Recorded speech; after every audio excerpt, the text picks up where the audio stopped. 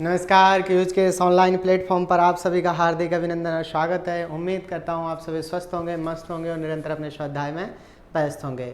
आज जो हमने पिछली कक्षाओं में विश्व के प्रमुख औद्योगिक प्रदेशों को पढ़ा था, आज उनको हमने कल की कक्षा के अंदर संपूर्ण कर लिया। आज हम एक नए टॉपिक के साथ में वार्तालाप करेंगे आपके साथ में। उसका नाम है विश्व के प्रमुख कृषि प्रदेश। कौन से क्षेत्र में हमें कौन सी कृषि देखने को मिलती है। अगर ये टॉपिक आपके एग्जाम्स के अंदर लगता है तो यहाँ से 100% क्वेश्चंस पूछे जाते हैं।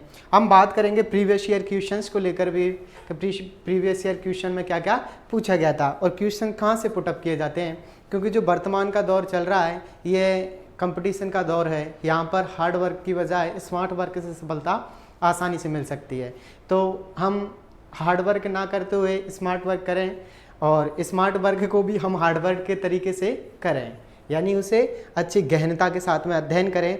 एक बार जो चीज़ पढ़ ली उसे वापस भूलने का नाम नहीं हो। जैसे हम साइकिलिंग सीख लेते हैं तो साइकिलिंग सीखने के बाद में 6 महीने बाद या 1 साल बाद जब भी हम साइकिल चलाते हैं तो उसे फिर वापस चलाना सीखना नहीं पड़ता। उसे हम चलाना स्वतः ही अपने हाथों को जैसे ही साइकिल को पकड़ोगे आप उसको ऑटोमेटिकली चलाने लग जाओगे। इसी प्रकार से पढ़ाई करनी है, ठीक है। एक बार जो चीज़ें पढ़ ली उन्हें देखते ही वापस क्वेश्चन एग्जाम हॉल में देखते ही हमें समझ में आ जाना चाहिए कि इनको कैसे पुटअप या कैसे हमें सॉल्व करना है। तो हम उनकी बात भी करेंगे, ठीक है।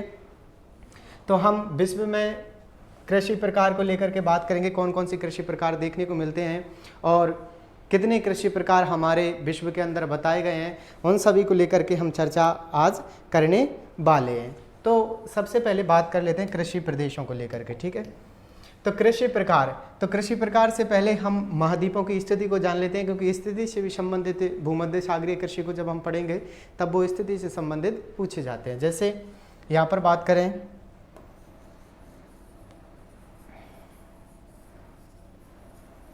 यह है हमारी नॉर्थ अमेरिका, ठीक है।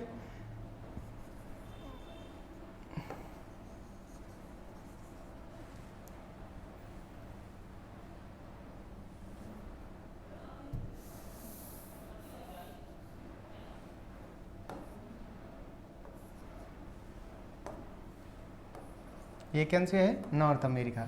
इसके नीचे देखने को मिलती है हमें साउथ अमेरिका। कौन सी? साउथ अमेरिका, ठीक है। और ये वाला जो पार्ट है इसे बोलते हैं हम मध्य अमेरिका। कौन सी? मध्य अमेरिका। आगे बात करें हम, यहाँ देखने को मिलता है हमें अफ्रीका। कौन सा? South Africa. तो इसको अफ्रीका लिख लें हम, अफ्रीका, ठीक है। नीचे वाले को साउथ अफ्रीका के नाम जानते हैं। यहाँ देखने को मिलता है हमें यूरोप। कौन सा? यूरोप। और यूरोप से ही सटा हुआ है कौन सा? तो एशिया, ठीक है। कौन सटा हुआ है? एशिया। तो ये हो गया एशिया।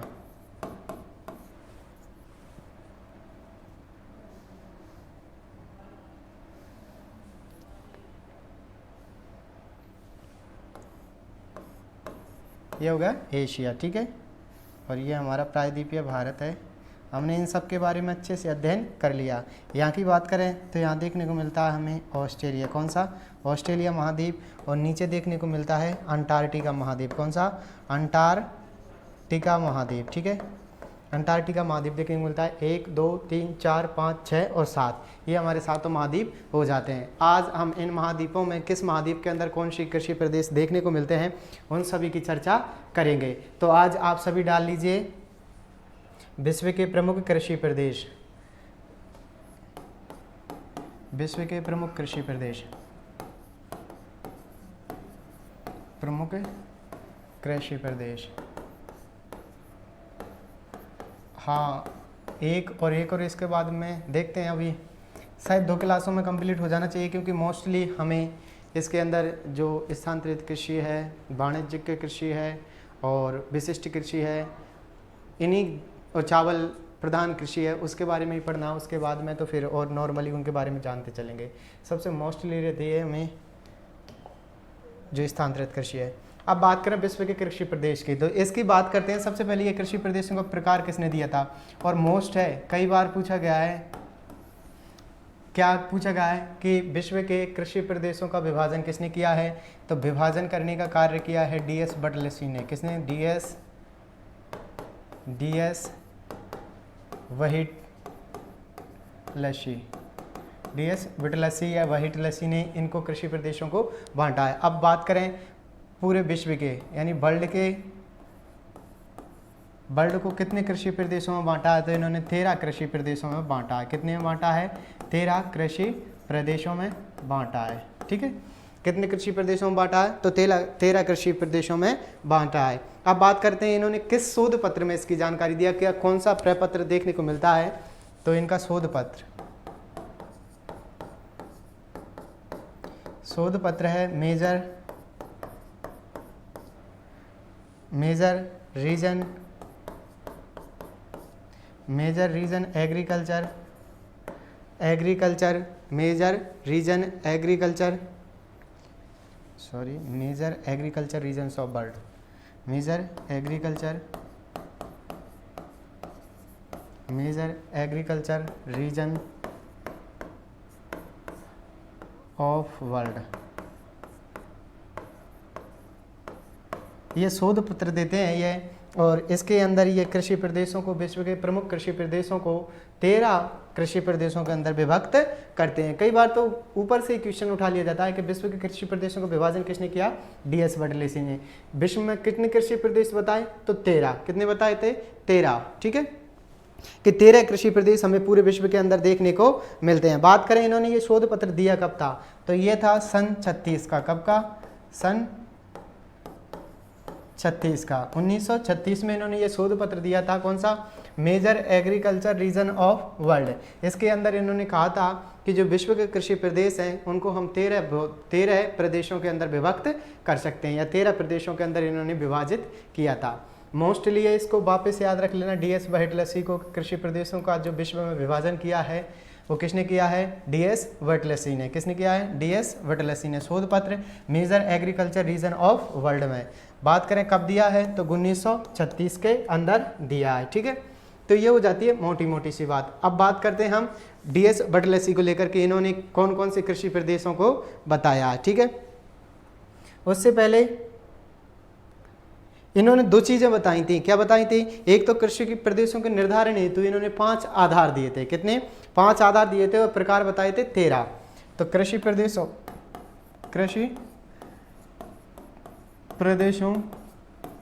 के निर्धारण हेतु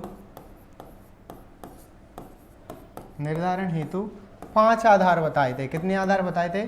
5 आधार बताते हैं। कौन? DS व्हिटलसी ये कहते हैं कि अगर हम किसी भी कृषि प्रदेश को विभक्त कर रहे हैं तो उसको 5 आधारों के आधार पर विभाजित कर सकते हैं। ठीक है, तो पहला आधार इन्होंने बताया था, इन्होंने पहला आधार में क्या कहा था,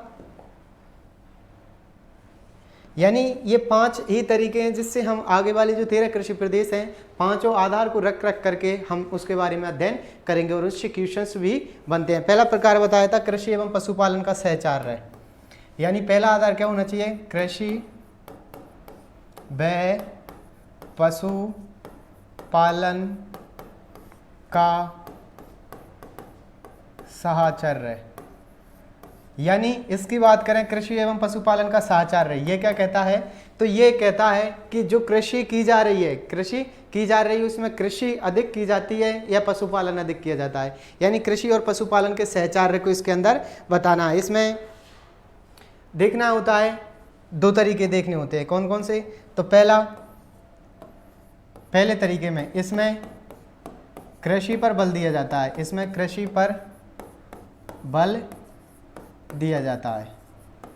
सेकंड में देखें तो सेकंड ये कहता है इसमें पशुपालन पर बल दिया जाता है, इसमें पशुपालन पर बल दिया जाता है। ठीक है, इसमें भी उन्होंने यही कहा था कि कृषि एवं पशुपालन का जो सहचार्य है उसको हम कैसे बांटेंगे, तो उसके लिए बांटेंगे पहले कि किस क्षेत्र में कृषि पर अधिक बल दिया जाता है, दूसरे में किस क्षेत्र में पशुपालन पर अधिक बल दिया जाता है। कई क्षेत्र ऐसे होते हैं जिसमें कृषि एवं पशुपालन दोनों पर बल दिया जाता है, कृषि एंड पशुपालन दोनों पर बल दिया जाता है। वापस से कहने का तात्पर्य यह है, DS व्हिटलसी के अनुसार उन्होंने कहा था कि कृषि एवं पशुपालन का साहचर्य कैसा है, या तो कृषि अधिक की जा रही है या फिर पशुपालन अधिक किया जा रहा है, या फिर दोनों को कंबाइंड तरीके से किया जा रहा है। तो इन्होंने पहला आधार बताया था, ये 5 आधार हैं, याद रखने, इन्हीं के आधार पर हम पढ़ेंगे, ठीक है ना। जो 13 कृषि प्रदेश हैं उनको 5 आधार रख रख करके ही पढ़ना है। तो पहला कौन सा हो जाता है, कृषि एवं पशुपालन का सहचार्य, ठीक है। और इसमें ये 3 बात कहते हैं कि किसमें कृषि पर अधिक बल है, या कृषि एवं पशुपालन दोनों को साथ साथ किया जाता है, ठीक है। आगे करते हैं हम दूसरे आधार की बात। दूसरा आधार क्या कहा था, दूसरा आधार कहा था कि कृषि उत्पादन की विधियां कैसी हैं। दूसरे आधार में क्या कहा था कि कृषि उत्पादन की विधियां, कृषि उत्पादन की विधियां, यानी कि जो कृषि की जा रही है उसकी विधियां कैसी हैं। और विधियां भी के इन्होंने 2 प्रकार बताए। कितने प्रकार बताए हैं, कृषि उत्पादन की विधियों के 2 प्रकार बताते हैं। पहला बताते हैं परंपरागत विधि, और दूसरा बताते हैं अपरंपरागत विधि। अपरंपरागत विधि यानी बात करें हम, DS बैटलसी ने पहला आधार रख दिया था कृषि एवं पशुपालन का सहचार्य, दूसरा रखा था कृषि उत्पादन की विधियां।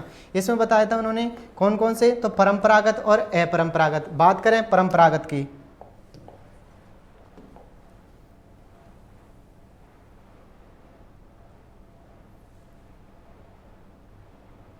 ठीक है, एक सेकंड, अब तो दिख रहा है सबको, ठीक। आगे बात करें परंपरागत की, वह विधि जिसके अंदर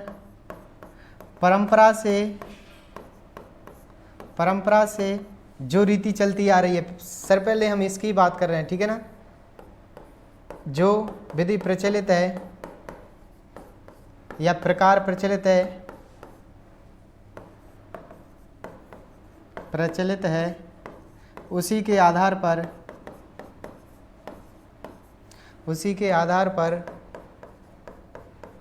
अपने घरेलू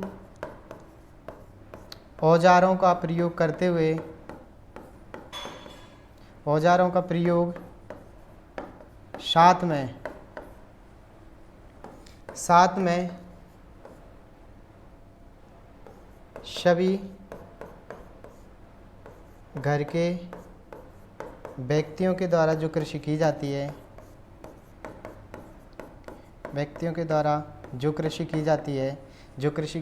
है, उसे परंपरागत कृषि कहते हैं। क्या कहते हैं, उसे परंपरागत कृषि कहते हैं। यानी वह विधि जो कि पुरानी परंपराओं से चली आ रही है, और हमारे जो घरेलू औजार हैं जैसे कुल्हाड़ी है, कुदाई है, हल है, बैल हैं, इनसे जो कृषि की जाती है वो परंपरागत कृषि के अंदर आती है। दूसरी है अपरंपरागत कृषि, यानी इसे हम मॉडर्न कृषि भी बोल सकते हैं। परंपरागत हो जाती है हमारी परंपरागत कृषि, ठीक है।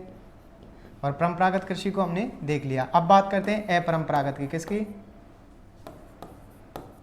अपरंपरागत कृषि किसे कहते हैं, तो अपरंपरागत कृषि के अंदर इसे मॉडर्न कृषि भी बोल सकते हो आप, मॉडर्न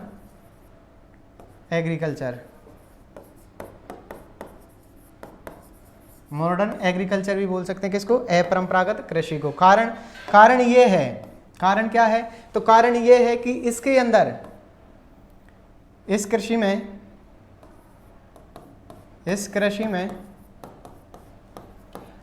आधुनिक हथियारों का प्रयोग किया जाता है, आधुनिक मशीनों का प्रयोग किया जाता है।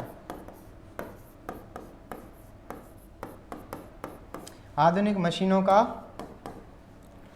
प्रयोग किया जाता है।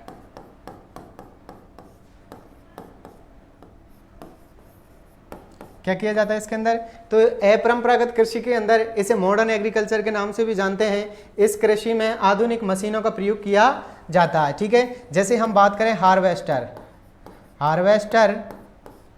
और बात करते हैं हम ट्रैक्टर,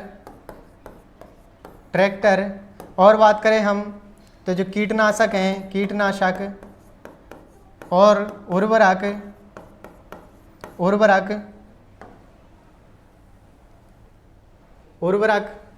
आगे बात करें हम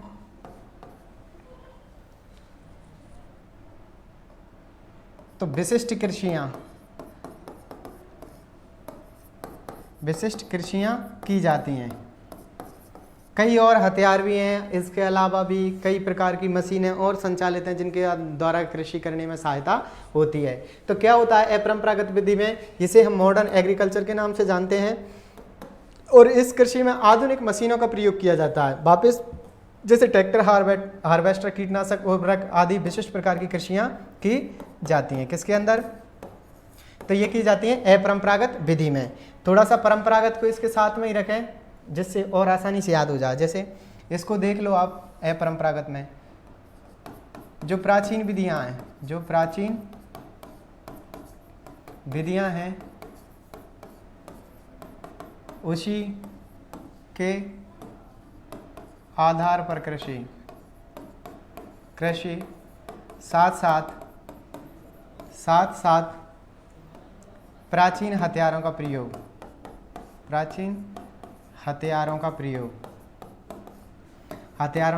किया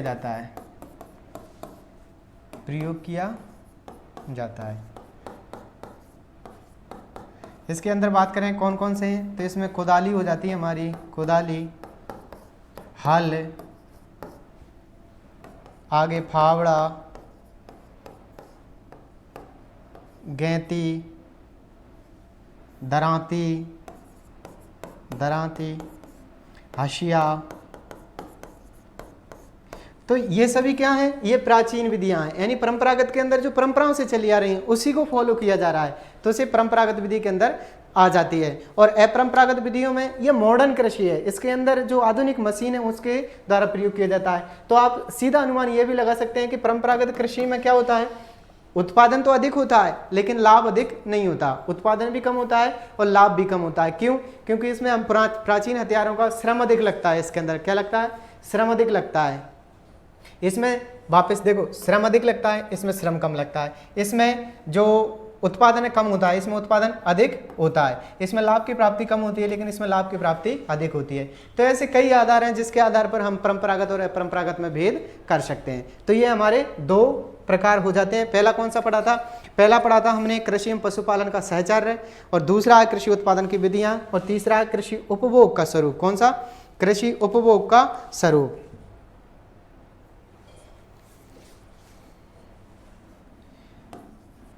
तीसरा आधार है कृषि उपभोग का स्वरूप। कृषि उपभोग का स्वरूप। इसके अंदर क्या होता है? कृषि उपभोग के शरीर में जो स्वरूप है उसके अंदर भी दो हैं, इसको हम लिख सकते हैं तीसरा आधार है। ये कौन सा है? तीसरा। एक बार फिर हम कंबाइंड में पढ़ लेंगे, इसको हम आसानी से पहले समझते हुए चलना है, लिखना तो हम बाद में भी कर सकते हैं, ठीक है ना। इसके अंदर होती है एक तो वाणिज्यिक कृषि। कौन सी? वाणिज्यिक कृषि।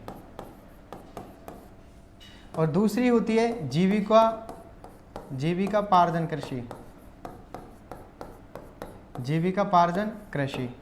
तो इन दोनों में आप भेद समझ पा रहे होंगे, वाणिज्यिक कृषि और जीविकोपार्जन कृषि में। एक कृषि उपभोग का स्वरूप है। जैसे हम बात कर लेते हैं थोड़ी सी किसको लेकर के, वाणिज्यिक कृषि को। इससे सीधा सा लाभ है, सीधी सी बात है कि लाभ के उद्देश्य से इसकी बात करें तो इसका सिर्फ यही है खाद्यान्न उपलब्ध के हिसाब से, खाद्यान्न उपलब्धता। यानी इस कृषि के अंदर क्या होता है कि सिर्फ खाना, जो हमें खाना हो रहा है और जो हमारी दैनिक क्रियाएं, दैनिक दिनचर्या, उसके लिए पैसों की प्राप्ति हो जाए, उसके लिए करते हैं। तो वो कौन सी है? जीविका। यानी जीवन को चलाने के लिए जो कृषि की जाती है जीविकोपार्जन कृषि के नाम से जानी जाती है। आगे बात करें वाणिज्यिक कृषि, तो वाणिज्यिक कृषि के अंदर ये लाभ के उद्देश्य से की जाती है। किसके उद्देश्य से की जाती है? लाभ के उद्देश्य से की जाती है। तो ये कौन से कितने हो गए हमारे? 3 आधार। हम DS बटलसी ने जो 3 आधार बताए हैं उनको पढ़ रहे हैं। कृषि के प्रदेश 13 अलग है, हम उनको एक साथ में पढ़ लेंगे। तो दूसरा, चौथा लिखिए आप। चौथा जो आधार इन्होंने बताया था वो कौन सा बताया था? एक साथ फिर हम इनको वापस से पांचों आधारों को रख लेंगे इधर कृषि प्रदेशों को, ठीक है ना। तो डोंट वरी, टेंशन नहीं लेनी बिल्कुल भी, आप तो मस्ती के साथ पढ़ते हुए आगे चलना है। इन्होंने जो चौथा आधार बताया था, चौथा आधार था कृषि श्रम व पूंजी, श्रम व पूंजी विनियोग, पूंजी का विनियोग। इन्होंने फिर क्या कहा था कि जो श्रम है, जो व्यक्तियों के द्वारा श्रम किया जाता है, और दूसरी बात पूंजी, यानी इसके अंदर पैसे कितने लगते हैं, उसके आधार पर इन्होंने प्रकार बताए थे। किसके आधार पर? श्रम और पूंजी के आधार पर, श्रम पूंजी के आधार पर। यानी कि इसकी हम बात करें कि किस कृषि प्रदेश में श्रम अधिक लगता है, किस कृषि प्रदेश में श्रम अधिक लगता है और किस में श्रम कम लगता है, ठीक है ना, दोनों। और इसमें पूंजी, पूंजी में भी वही शर्तें हैं कि किसके अंदर पूंजी अधिक लगती है और किस में पूंजी कम लगती है। जो 13 कृषि प्रदेश हैं उनकी हम बात करेंगे, ये हमारा चौथा आधार हो जाता है। कौन सा हो जाता है? चौथा। श्रम व पूंजी का विनियोग, श्रम और पूंजी, ठीक है ना, इनके आधार पर कि किस कृषि के प्रदेश श्रम अधिक लगता है और किन कृषि प्रदेशों के अंदर श्रम कम लगता है। तो ये कौन सा था? श्रम व पूंजी का विनियोग। लास्ट बताया था कृषि संबंधित संस्थाएं एवं मशीनीकरण। पांचवा आधार रखा था इन्होंने कृषि संबंधित संस्थाएं, कृषि संबंधित संस्थाएं व मशीनीकरण का स्तर, मशीनीकरण का स्तर। इनके हालांकि हम नाम से ही इनको कर सकते हैं, लेकिन इनके बारे में थोड़ा सा और जानते हुए चलें, जिससे क्या होगा और अच्छा होगा। यानी कि इसमें क्या होता है? इसमें यह होता है कि कृषि से संबंधित संस्थाएं स्थापित की जा रही हैं या नहीं। संस्थाओं से तात्पर्य ऐसी फसलें जो शीघ्र खराब हो जाती हैं, ऐसी फसलें जो यथाशीघ्र नष्ट होने की कगार पर होती हैं, उन्हें हम कोल्ड स्टोरेज वगैरह में रख करके सुरक्षित रखते हैं। तो उनके लिए कृषि संबंधित संस्थाओं में कोल्ड स्टोरेज की वगैरह की स्थापना की जाती है, वेयर हाउस हैं हमारे उसके लिए। दूसरा है मशीनीकरण। कौन सा? मशीनीकरण। यानी आप जो कृषि को कर रहे हो उसके अंदर कितनी मशीनीकरण लग रहा है, कितना मशीनों पर हम खर्चा कर रहे हैं, उन सभी को लेकर के इसमें बात कहते हैं। तो हम जो बात कर लेते हैं पहले संस्थाएं। तो संस्थाओं में आप मोटा मोटा सा याद रख सकते हैं क्या कि जो कोल्ड स्टोरेज हैं, कोल्ड स्टोरेज हैं, वेयर हाउस हैं,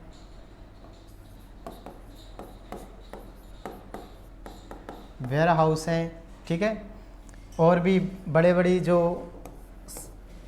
स्टोर रूम है, यानी कि जो उनको संरक्षण करने का स्थान है, उन सभी को संस्थाओं के अंदर सम्मिलित किया जाता है। सेकंड है मशीनीकरण। तो मशीनीकरण पर आप कितना खर्च कर रहे हो, यानी कितना मशीनी को यूज़ कर रहे हो इसके लिए, यानी मशीनीकरण पर कितना बल दिया जा रहा है, उससे संबंधित बातें किसके अंदर आती हैं? मशीनीकरण के अंदर आती हैं, ठीक है ना, मशीनों के प्रयोग से, मशीनों के प्रयोग से संबंधित बातें। तो क्या है कि जो मशीनीकरण है, मशीनों से संबंधित जो भी बातें होती हैं वो किसमें होती है? कृषि संबंधित संस्था एवं किसके अंदर? वो होती है मशीनीकरण स्तर में। तो अभी हमने पांचों की पांचों देख लिए। वापस कृषि प्रदेशों का विभाजन डीएस बटलेसी ने किया। वर्ल्ड में 13 कृषि के प्रदेश बताए हैं। शोध पत्र उन्होंने major agriculture region of world में दिया था और सन 1936 के अंदर ये विभाजन की। सेकंड की बात करें तो सेकंड में इन्होंने कृषि प्रदेशों के निर्धारण हेतु 5 आधार बताए थे। कितने? 5। पहला कृषि एवं पशुपालन का साचार, यानी किस में कृषि पर अधिक बल है, किस में कृषि पर कम बल है, या कृषि में कृषि और प्रदेश दोनों को साथ में लेकर के चल रहे हैं। दूसरा बताया था कृषि उत्पादन की विधियां, यानी जो आप कृषि को उत्पादित कर रहे हैं उसकी विधियां कैसी हैं, परंपरागत हैं या अपरंपरागत हैं। इनके बारे में भी हमने विस्तृत चर्चा कर ली, ठीक है। आगे बात करें हम तो कृषि उपभोग का स्वरूप, यानी आपकी जो कृषि है, आप जो कृषि कर रहे हो वो या तो लाभ कमाने के उद्देश्य से कर रहे हो या फिर दूसरा जीविकापार्जन के, यानी स्वयं के भोजन के लिए कर रहे हो, ठीक है। फोर्थ है हमारा श्रम व पूंजी का विनियोग, यानी किस में श्रम अधिक है, किसके अंदर पूंजी अधिक लगती है, ठीक है ना, इसको लेकर के। और पांचवा था कृषि संबंधित संस्था व मशीनीकरण का संस्थाओं में कोल्ड स्टोरेज, वेयर हाउस वगैरह और मशीनीकरण के प्रयोग से है, ठीक है। तो आप सभी लिख लें, एक बार नोट्स बना लें। या फिर लिख लिया ऑफलाइन वालों? आपसे तो बोला ही नहीं आज मैं। ठीक है, सभी को गुड मॉर्निंग पीछे तक। ठीक है, तू तो वही है ना जो डेयरी पर गया था। चल चल, तू ये नहीं था। तो आज क्या हुआ था, जैसे जैसे मैं सुबह गया था डेयरी पर दूध लेने गया था, और जैसे दूध लेने गया मैं, तो वहाँ एक लड़का खड़ा था, और लड़का दुकान वाले को बोलता है, डेयरी वाले को, वो कि डेयरी के साथ में उसकी जो किराना की दुकान भी थी, तो वो ये बोलता है उसको कि ना मुझे एक बिंडल दे दो और मिराज दे दो। तो उसको वो मिराज देता है, इतने में ही उधर से एक लड़की आती है, और लड़के आने के बाद में वहाँ दुकान पे आती है कि भैया 10 का दूध देना। और जब वो ये सुनता है और उसके पास में लड़की, वो वापस से इतने में दुकानदार उसको वो मिराज और बिंडल दे देता है। जैसे उसके पास में बिंडल और मिराज आते, ये किसके लिए दे रहे हो? कि मेरे नहीं है, मैंने मांगे ही नहीं है आपसे। वो लड़की को देख के, और जैसे ही वो लड़की जाती है, मैंने तो दूध मांगा था आपको, और जैसे ही वो लड़की थोड़ा सा आगे के लिए जाती है, तो वापस भाई वो बिंडल और मिराज मेरे, ये मुझे वापस दे दे। तो ऐसे ऐसे कारनामे करते हैं, ठीक है ना। तो मेरे नहीं है क्या। तो ये कृषि प्रदेश हो जाते हैं। लिखें विश्व में कृषि प्रदेशों, पहले तो हेडिंग लगा लें, विश्व के प्रमुख कृषि प्रदेश, इसके अंदर लिखें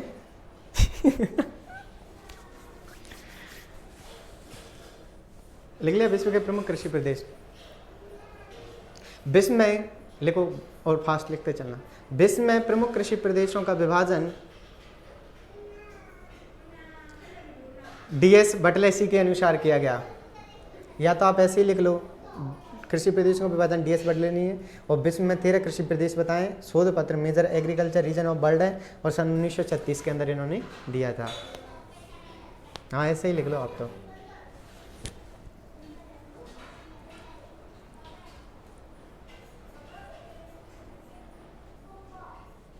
अच्छा दिख नहीं रहा। ठीक ठीक,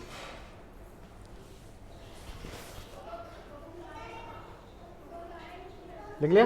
नेक्स्ट लिखो, कृषि प्रदेशों के निर्धारण हेतु 5 आधार, यानी इन्होंने एक तो कृषि प्रदेशों के प्रकार बताए हैं 13, और आधार लिए हैं 5। पहला लिखो, ऐसे के ऐसे लिख लो आप तो, कृषि एवं पशुपालन का सहचार, इसमें कृषि पर बल दिया जाता है, पशुपालन पर, इन पर, ठीक है ना।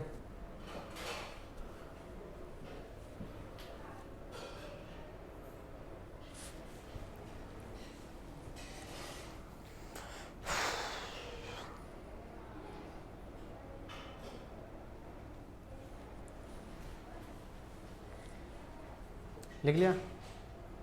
नेक्स्ट, हाँ ये वही है, इनको तो सिर्फ इनको लिख लेना आप, हार्वेस्टर, कुदाली वगैरह को। आगे कृषि उपभोग का स्वरूप, तीसरा आधार कौन सा था? कृषि उपभोग का स्वरूप, वाणिज्य की कृषि और जीविकोपार्जन कृषि।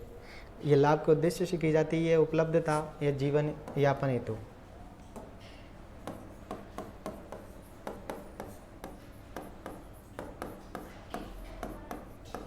जीवन यापन हेतु की जाती है। श्रम व पूंजी, इसमें श्रम अधिक होगा, किसमें श्रम कम होगा, किसके अंदर पूंजी अधिक होगी, किसमें पूंजी कम होगी, दोनों को लिख लो। नेक्स्ट लिखें, कृषि संबंधित संस्था एवं मशीनीकरण का स्तर, ये 5वां आधार है। इसमें संस्थाओं में कोल्ड स्टोरेज, वेयर हाउस वगैरह और मशीनीकरण और मशीनों के प्रयोग से संबंधित बातें लिखी गई हैं, ठीक है ना।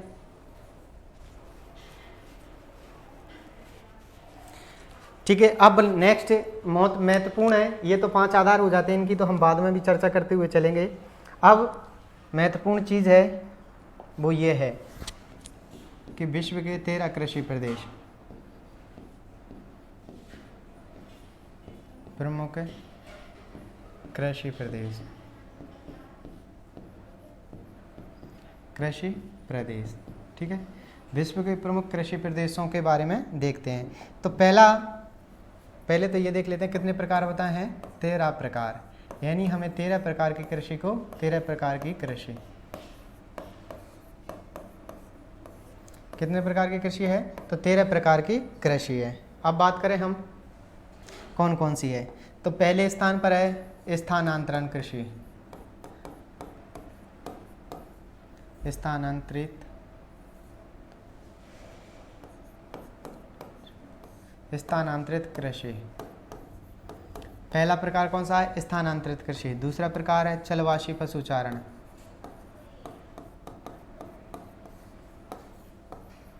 चलवासी पशुचारण, ठीक है।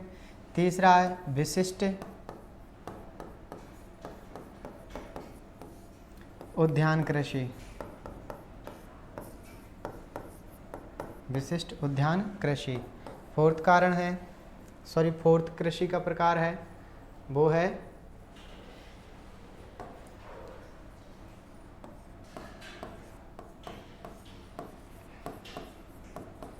गहन कृषि प्रदेश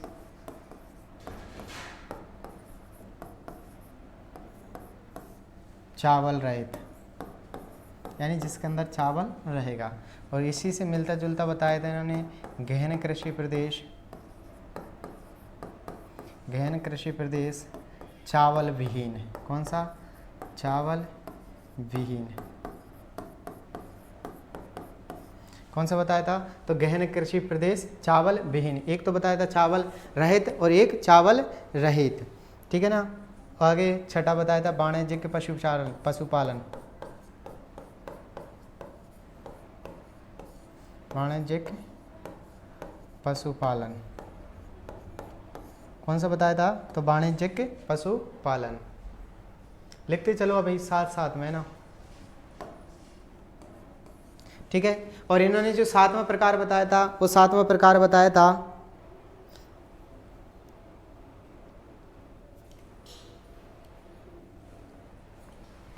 भूमध्य सागरीय कृषि।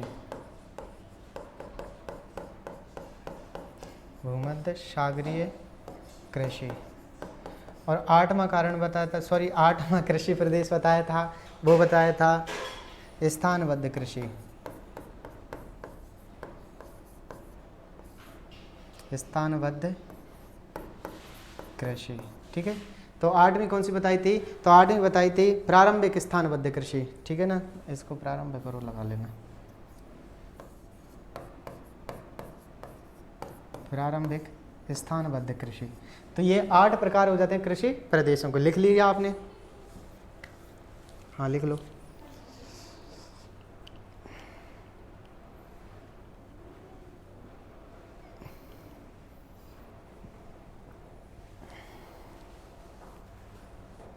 ठीक है। आगे बात करें नमी की, तो वाणिज्यिक रोपण कृषि। वाणिज्यिक रोपण कृषि। 10 की बात करें तो वाणिज्यिक पशुपालन।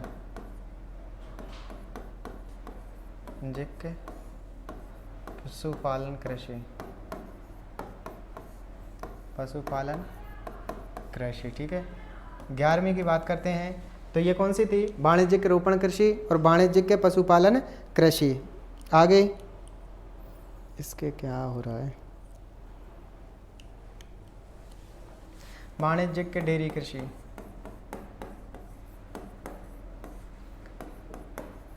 डेयरी कृषि कौन सी? वाणिज्यिक डेयरी कृषि। और 12वां बताया था इन्होंने वाणिज्यिक मिश्रित कृषि। कौन सी बताई थी? वाणिज्यिक मिश्रित कृषि, ठीक है। तो वाणिज्यिक मिश्रित कृषि, ठीक है। लिखें वाणिज्यिक रोपण कृषि, वाणिज्यिक पशुपालन कृषि, जीविकोपार्जन मिश्रित कृषि। लिख लिया क्या? जीविकोपार्जन मिश्रित कृषि। 13वां एक और लिख लो।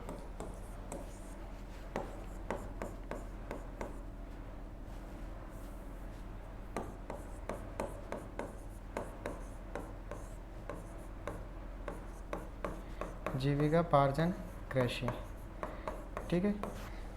ऐसा करो आप तो, हाँ ठीक है, लिख लिया हो तो लिख लो, नहीं तो ऐसा अभी बाद में जो पीपीटी उसके माध्यम से लिख लेना आप। तो बस ये समझते चलना। तो इन्होंने बताया था स्थानरहित कृषि, चलवासी पशुचारण, विशिष्ट उद्यान कृषि, गहन कृषि प्रदेश चावल रहित और गहन कृषि प्रदेश चावल विहीन, वाणिज्यिक पशुपालन 2 जगह आ गया, एक सेकंड, पशुपालन कृषि, ठीक है।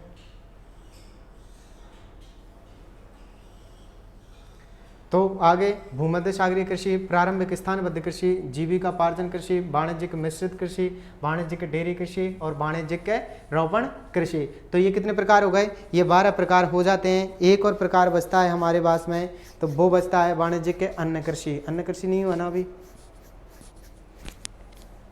लिखो 12वीं 10वीं में लिख लो वाणिज्यिक अन्न कृषि।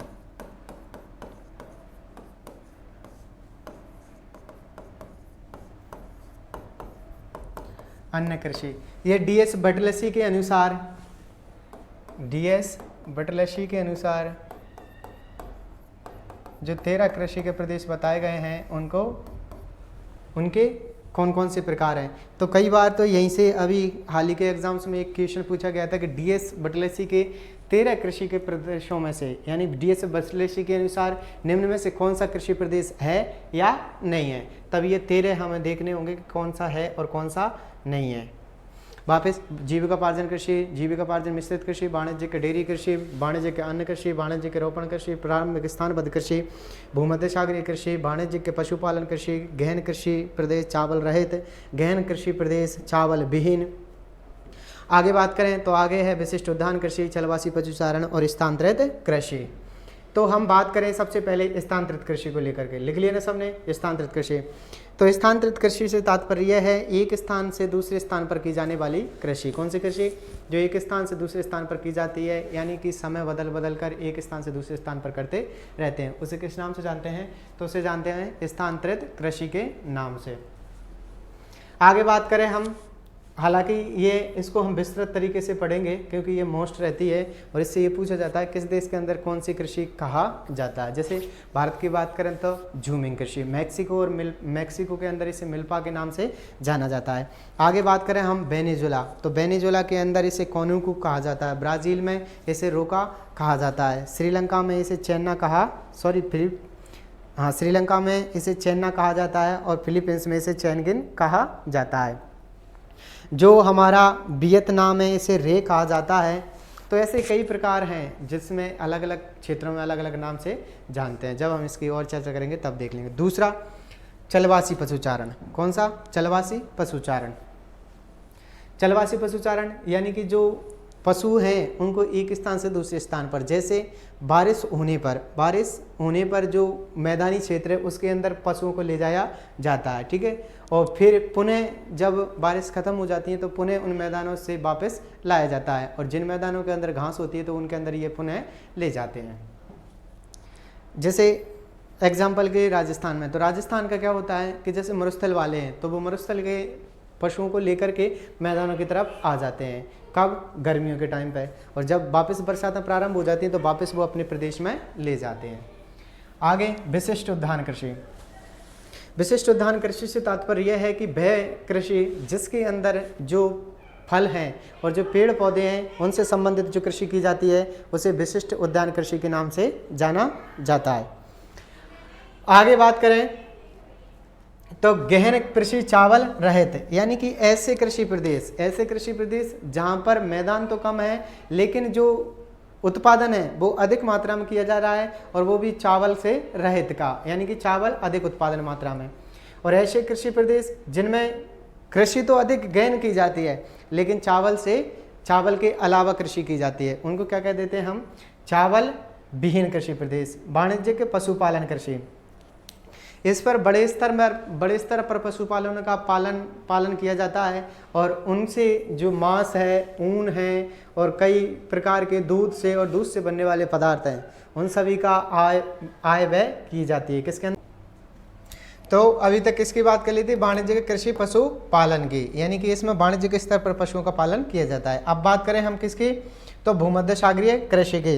तो भूमध्य सागरीय कृषि से तात्पर्य है कि जो भूमध्य रेखा के आसपास का जो क्षेत्र है उसके अंदर जो कृषि की जाती है उसे भूमध्य सागरीय कृषि के नाम से जानते हैं। और इसमें एक और याद रखना कि यहाँ पर जो खट्टे रसदार फल हैं, खट्टे रसदार फलों का उत्पादन किया जाता है। क्या किया जाता है? खट्टे रसदार फलों का उत्पादन किया जाता है। आगे प्रारंभिक स्थानबद्ध कृषि। तो प्रारंभिक स्थानबद्ध कृषि के अंदर एक ही स्थान पर रह कर के और एक निश्चित आकृतिक या भू आकृतिक क्षेत्र पर जो कृषि की जाती है उसे प्रारंभिक स्थानबद्ध कृषि के नाम से जानते हैं। आगे बात करते हैं वाणिज्यिक रोपण कृषि। वाणिज्यिक रोपण कृषि ऐसी कृषियाँ जो रोप करके खड़ी की जाती हैं या जिनका रोपण किया जाता है और जिनका उद्देश्य होता है लाभ को प्राप्त करना। उनके अंदर गन्ना है आपका, गन्ना के बाद में आपका है जो चाय, कॉफ़ी और इन सब के बारे में हम बाद में अध्ययन करेंगे। एक रबड़ है, तो इन सभी के बारे में हम अध्ययन करेंगे। तो आगे वाणिज्यिक अन्य कृषि यानी कि वह कृषि जो कि किसके लिए की जाती है, अन्न का उत्पादन होता है और किस लिए की जाती है, लाभ कमाने के उद्देश्य से की जाती है, उसे हम वाणिज्यिक अन्य कृषि के नाम से जानते हैं।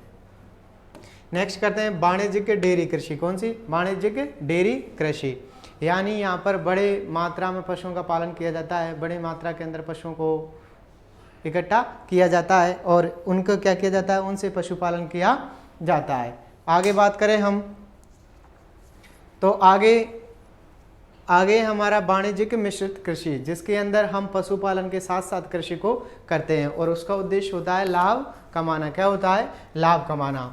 फिर आगे हम बात करें मिश्रित कृषि, इसमें पशुपालन के साथ साथ कृषि किया जाता है और दोनों का उद्देश्य क्या होता है? लाभ को प्राप्त करना। क्या होता है? लाभ को अधिक से अधिक मात्रा में लाभ प्राप्त करना। आगे बात करें जीविकोपार्जन कृषि, यानी वह कृषि जो कि सिर्फ जीविकोपार्जन हेतु की जाती है, उसे जीविकोपार्जन कृषि के नाम से जानते हैं। वापस स्थान बदल बदल कर की जाती है स्थानांतरित कृषि। चलवासी, एक स्थान से दूसरे स्थान पर पशुओं को ले जाना और उनको चराना, चलवासी पशुचारण। विशिष्ट उद्यान कृषि, इसमें विशिष्ट फलों का उत्पादन किया जाता है।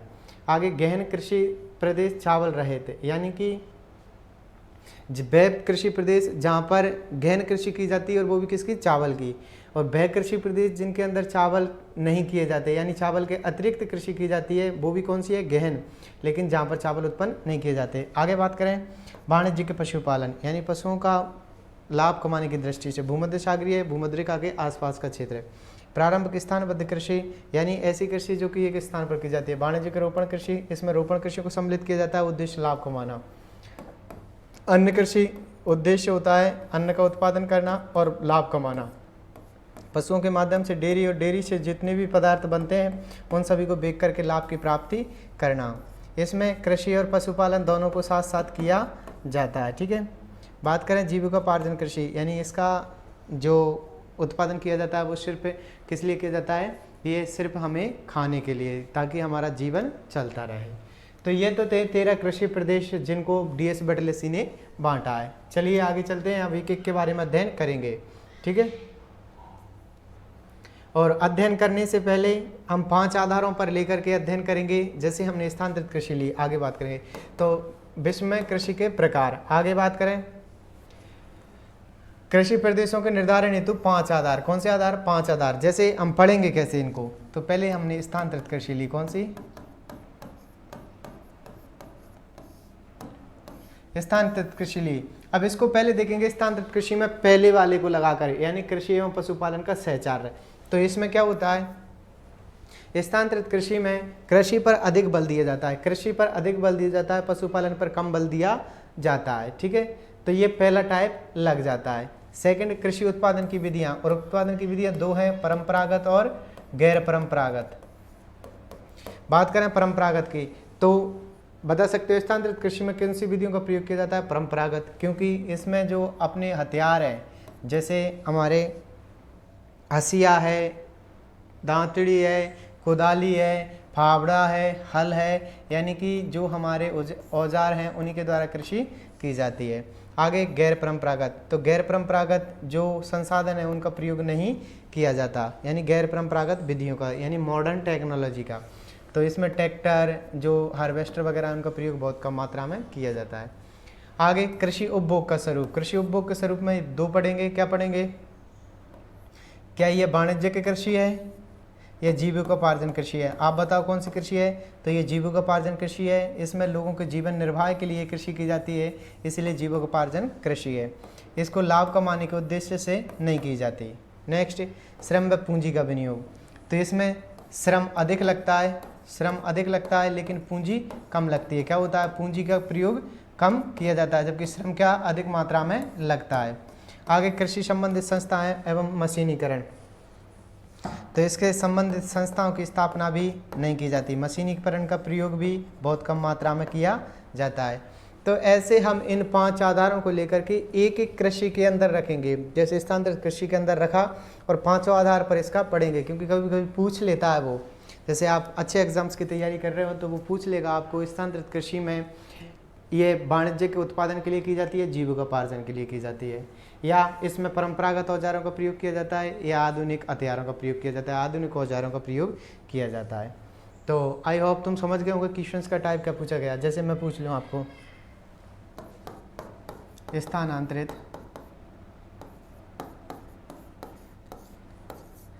कृषि किस प्रकार की है?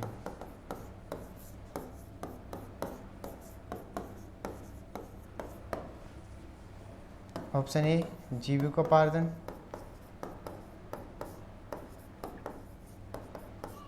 बी वाणिज्यिक,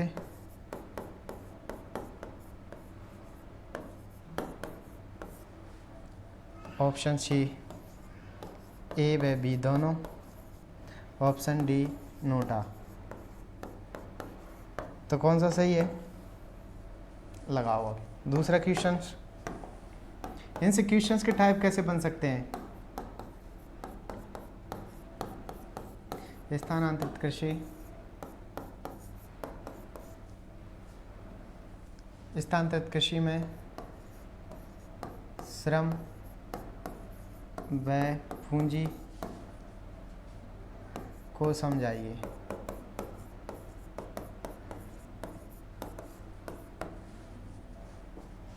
ऑप्शन ए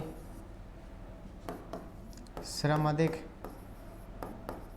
श्रम अधिक पूंजी अधिक, श्रम अधिक और पूंजी अधिक। क्या इसके अंदर श्रम भी अधिक और पूंजी भी अधिक? नेक्स्ट बात करते हैं श्रम अधिक और पूंजी अधिक। ऑप्शन बी की बात करें तो ऑप्शन बी पर हम बात करेंगे, इसमें श्रम कम और पूंजी भी कम।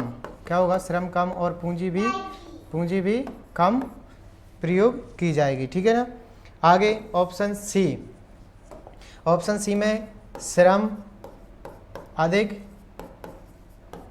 पूंजी कम, श्रम अधिक और पूंजी कम।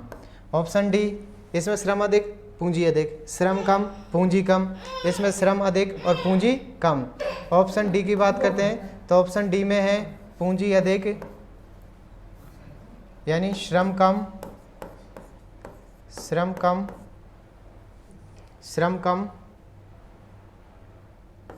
व्यय। चलो ऑप्शन डी पे छोड़ ही दो, आप तो नोटा कर दो आप। ठीक है, क्या कर दो? नोटा। तो नोटा यानी कि इनमें से कोई नहीं। तो अब आपके समझ में आ गया होगा कि कैसे क्वेश्चन पूछा जाएगा। जैसे स्थानांतरित कृषि में किस प्रकार की कृषि है कि ये वाणिज्यिक के हिसाब से की जाती है? बिल्कुल नहीं। क्या इसको लाभ के उद्देश्य से किया जाता है? बिल्कुल नहीं किया जाता। क्या इसे जीविकोपार्जन कृषि से किया जाता है, यानी कि जीवन निर्वाह के लिए किया जाता है? बिल्कुल सत्य है। यानी इसे किस लिए किया जाता है? इसे इसलिए किया जाता है ताकि हम अपने जीवन को निर्वाह कर सकें, इसलिए कृषि की जाती है। जैसे और आगे हम बात करें सेकंड वाले की, किसकी?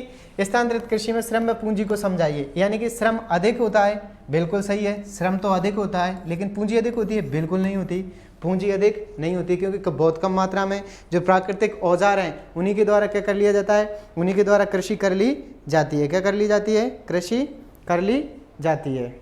एक सेकेंड,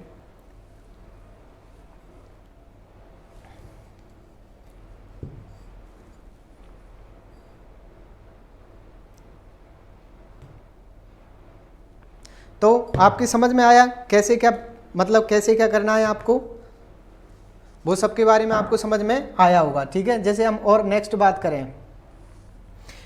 करते हैं आगे वाले ऑप्शन की, ऑप्शन बी की, श्रम कम। तो श्रम कम किया जाता है? बिल्कुल गलत बात है, श्रम तो अधिक किया जाता है। पूंजी कम, पूंजी तो कम होती है लेकिन श्रम अधिक होता है, तो यहाँ पर ये गलत हो जाता है। नेक्स्ट बात करें हम, श्रम अधिक, बिल्कुल श्रम अधिक किया जाता है लेकिन पूंजी कम, हाँ बिल्कुल ये तो सही लग रहा है। आगे और देख लेते हैं, नोटा, तो इसमें हमें ऑप्शन सी सही लग रहा है। ये बन गए क्वेश्चंस के टाइप। तो ऐसे क्वेश्चंस पूछे जाते हैं, यानी कि आपसे ऐसे पूछा जाएगा, तो आपको उस समय उस कंडीशंस में क्या करना है, तो उसके लिए टाइप है। कौन से टाइप? क्वेश्चंस टाइप, क्योंकि आज जो ज़माना चल रहा है वो हार्ड वर्क का नहीं है, स्मार्ट वर्क का है। उस तरीके से परोसा जाता है हमें कि सब चीज़ें हमारे सामने नॉर्मल होती हैं, हम सब तरीके से अच्छे से पढ़ लेते हैं, लेकिन हमें पता नहीं है कि पूछने वाला क्या है, हमसे जानने वाला क्या है, वो हमसे चाह क्या रहा है, और हम हमेशा क्या कर देते हैं, हम यही गलती कर देते हैं। ठीक है, तो ये टाइप थे किसके, स्थानांतरित कृषि को लेकर। मेरे हिसाब से आपको समझ में आ गया होगा कि मैं क्या समझाना चाह रहा हूँ। नेक्स्ट, आ गया सबकी समझ में? तो बहुत टाइम हो गया। तू हंस, तू मुस्कुरा, तू रोना कम कर दे, और तू जिंदा है तो कृषि के प्रदेशों की नाक में दम कर दे। DS बटलेशिक ने कृषि प्रदेशों में 13 पूछा गया है, प्रीवियस ईयर क्वेश्चन है। कौन से पेपर में पूछा गया है? Major agriculture region of world में पूछा गया है। कब किया गया? सन 1936 में, प्रीवियस ईयर। और वर्गीकरण DS बटलेसी। ये तो खैर मोस्ट प्रीवियस जो भी आप लगाना चाहो लगा सकते हो, एक इसके और एक इसके, ठीक है ना, ये दोनों तो मोस्ट हैं।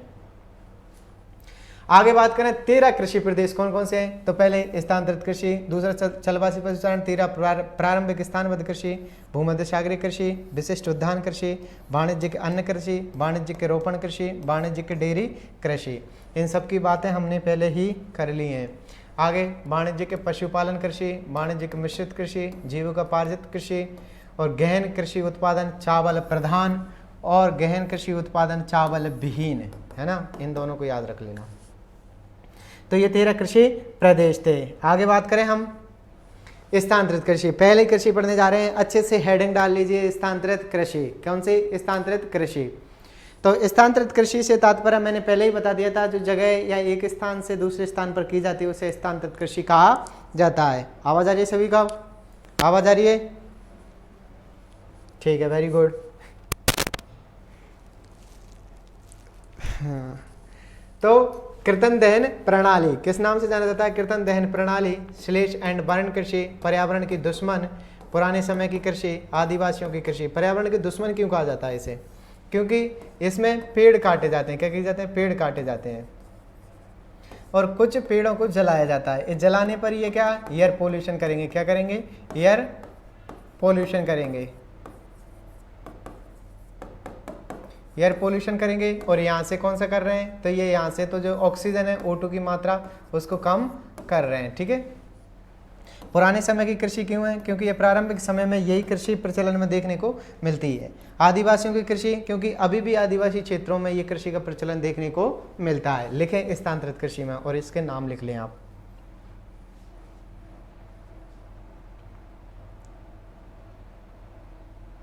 ठीक है, लिख लिया। नेक्स्ट,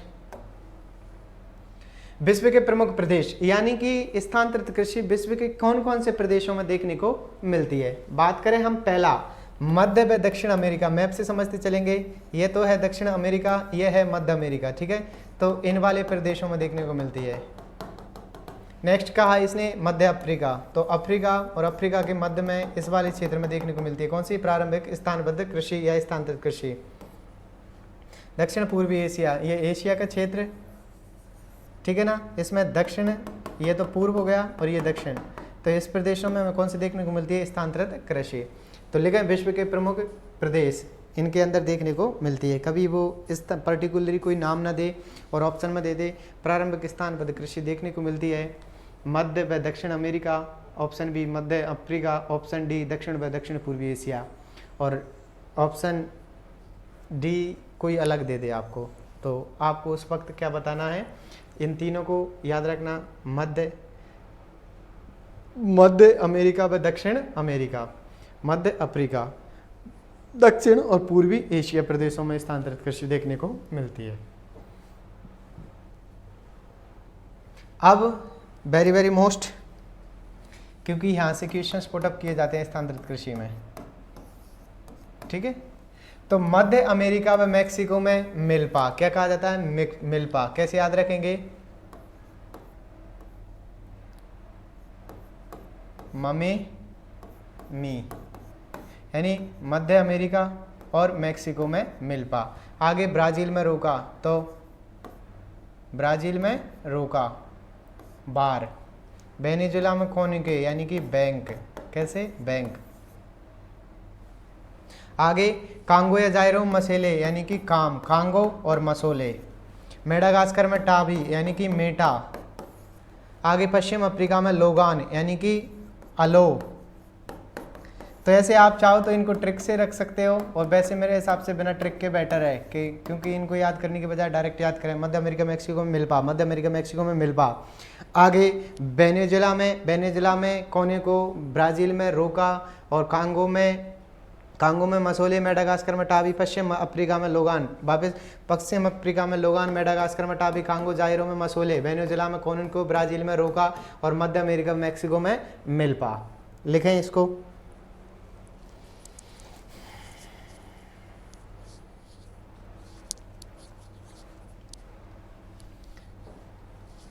लिख लिया। नेक्स्ट भारत। तो भारत में झूमिंग क्या कहा जाता है? भारत के अंदर झूमिंग।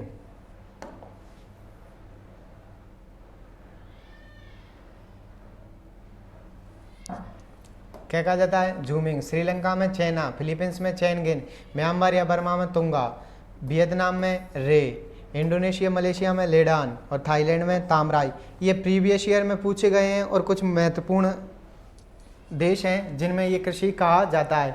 इनको सभी को अच्छे से याद रखें। वापस भारत में झूमिंग तो यानी कि इधर लिख लो, आप लिखते चले, मैं लिख रहा हूँ इनके पीछे। भारत बाजू। ऐसे श्रीलंका में तो एस श्रीलंका ची है ना, श्रीलंका में चैना। फिलीपींस में चैनगिन यानी कि फिंच। क्या याद रखना है? फिलीपींस या फिंच याद रखना, फिंच। तो कैसे याद रखोगे? फिलीपींस और चैनगिन। म्यांमार में तुंगा यानी कि मंतू, म्यांमार तुंगा। वियतनाम में रे यानी कि बीरे। इंडोनेशिया मलेशिया में तो इले और मले। इंडोनेशिया में भी लेडान और मलेशिया में भी लेडान। थाईलैंड में तामराई यानी ताता। वापस कैसे याद रखोगे? भारत में झूमिंग, श्रीलंका में चैना। भारत में झूमिंग, श्रीलंका में चैना। फिलीपींस में क्या याद रखना है? फिलीपींस में याद रखना है फ्रेंच यानी कि फिलीपींस में चैना। म्यांमार में तुंगा, वियतनाम में रे, इंडोनेशिया में और मलेशिया में लेडान, और थाईलैंड में तामराई। लिख लिए। नेक्स्ट, ये तो हो गए विश्व के। अब भारत के किस क्षेत्र में किस नाम से जाना जाता है? जैसे बात करें केरल में कहा जाता है पोनम, आंध्र प्रदेश में पोडू, झारखंड में कुरुल, मणिपुर में पामलू, मध्य प्रदेश छत्तीसगढ़ में दहिया देपा बीबार पेड़ा, पश्चिमी घाट में कुमारी। क्या याद रखना है? कुमारी। लिखते चले। कैसे? केरल पोमू कंपो या कंपो कुछ भी याद रख लेना, केपो याद रख लेना, ठीक है। केपो यानी कि केरल, और पूनम कैप। आगे आंध्र प्रदेश में पोडू यानी कि आप हो, आंध्र प्रदेश पोडू। झारखंड में कुरुल यानी झाकू, झारखंड और कुरुल। मणिपुर में पामलू यानी कि मपा, मणिपुर में पामलू। मध्य प्रदेश में और छत्तीसगढ़ में दहिया देपा बीबार पेड़ा। पश्चिमी घाट में कुमारी, ठीक है, पकू, पश्चिमी घाट और कुमारी। तो ये किसको जाते हैं? भारत के। लिख लिए वापस। केरल पोडू, केरल पूनम, आंध्र प्रदेश पोडू, झारखंड कुरुल, मणिपुर पामलू, मध्य प्रदेश छत्तीसगढ़ में दहिया देपा बीबार पेड़ा, पश्चिमी घाट पर कुमारी। नेक्स्ट, हिमालय क्षेत्र में खिल, हिमालय में खिल, क्योंकि हिमालय में जाते ही कैसे हो जाएंगे? खिल जाएंगे। राजस्थान में बालरा, राजस्थान में बालरा। तो अब राजस्थान में एक दो क्वेश्चन बनते हैं। एक तो चिमाता को लेकर के पूछे गए हैं और दूसरा दजिया को लेकर के। तो आदिवासियों के द्वारा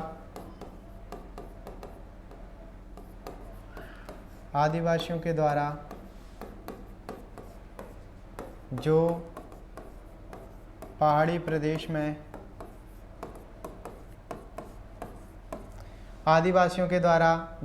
प्रदेश में कृषि की जाती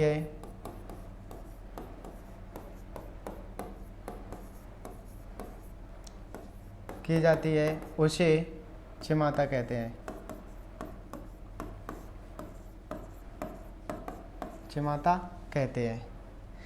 यानी आदिवासियों के द्वारा जो पहाड़ी क्षेत्र में कृषि की जाती है उसे चिमाता कहते हैं। दजिया, दजिया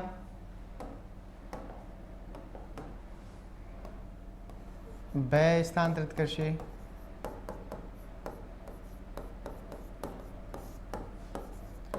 कृषि जो मैदानों में की जाती है,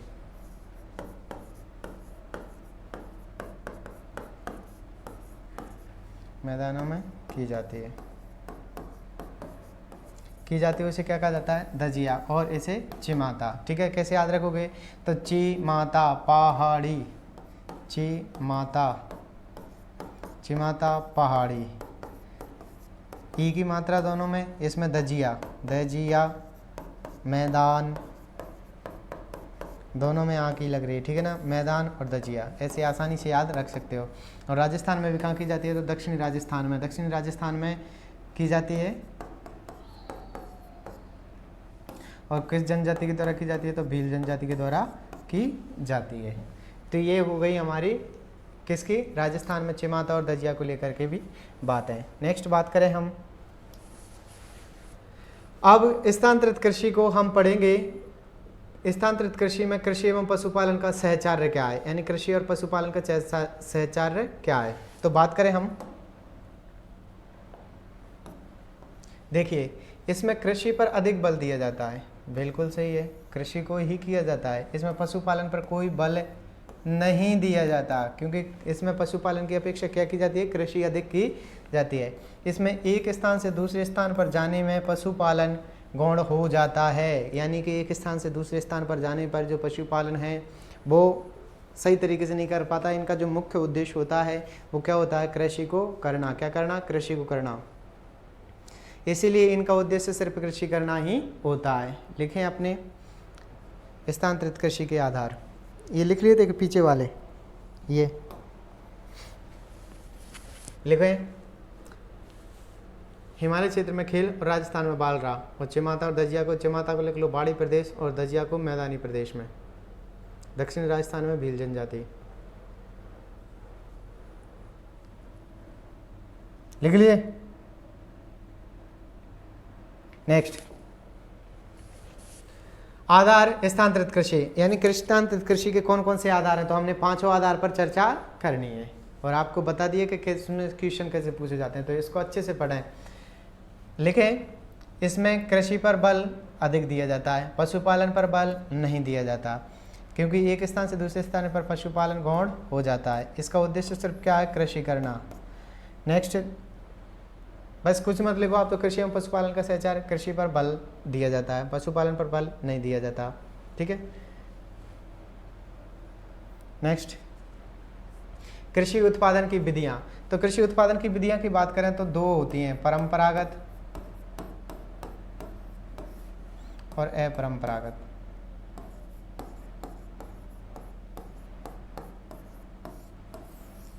तो बता सकते हो आप इसमें कौन सी का प्रयोग किया जाता है? परंपरागत का। अपरंपरागत का प्रयोग बहुत कम मात्रा में किया जाता है, यानी कि हम लिख सकते हैं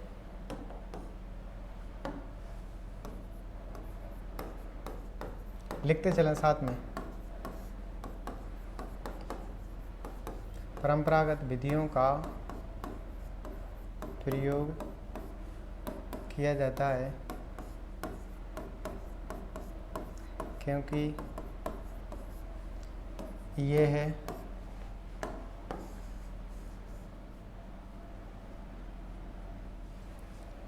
अपने औजारों से ही कृषि करते हैं।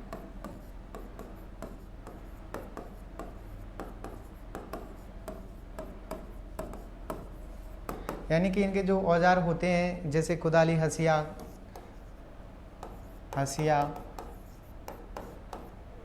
हल, कुदाली, फावड़ा, इन्हीं के द्वारा क्या करते हैं? ये कृषि करते हैं। अपरंपरागत,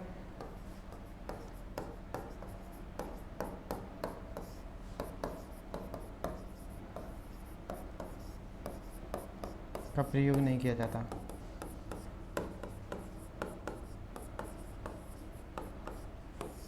ठीक है, तो यही याद रखना है। लिख लिया? नेक्स्ट, कृषि उपभोग का स्वरूप। कृषि उपभोग का स्वरूप भी हमने दो प्रकार से देखा था। क्या ये जीविकोपार्जन है, एक तो जीविकोपार्जन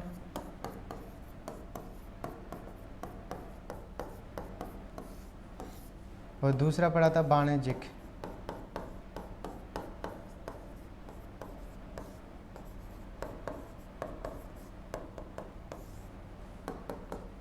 तो क्या कृषि का स्वरूप बता सकते हो? क्या ये लाभ के उद्देश्य से की जाती है?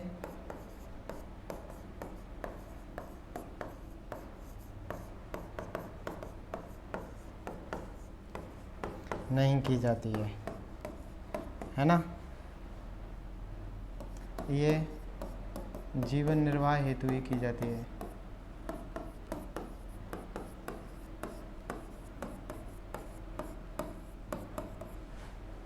किस लिए की जाती है? जीवन निर्वाह हेतु, जीवन निर्वाह हेतु की जाती है। साथ में लिखते चलना आप तो। यानी इसका उद्देश्य क्या होता है? इसका उद्देश्य ये होता है कि जीवन निर्वाह, यानी कि अपनी आजीविका को चलाना ही इसका मुख्य उद्देश्य होता है। इसका उद्देश्य लाभ कमाना नहीं होता। नेक्स्ट बात करें हम कृषि पूंजी का विनियोग, यानी कि इसमें कृषि पूंजी का विनियोग क्या देखने को मिलता है? तो कृषि पूंजी का विनियोग बता सकते हो? कृषि पूंजी एवं श्रम का विनियोग। तो श्रम अधिक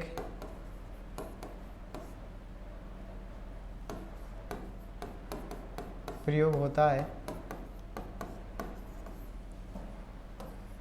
पूंजी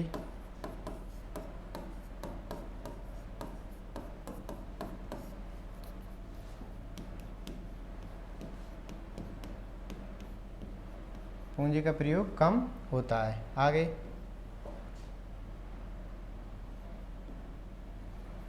सदस्य, जो घर के सदस्य हैं, सदस्यों के द्वारा की जाती है वह भी किसी बिना आधुनिक संसाधनों के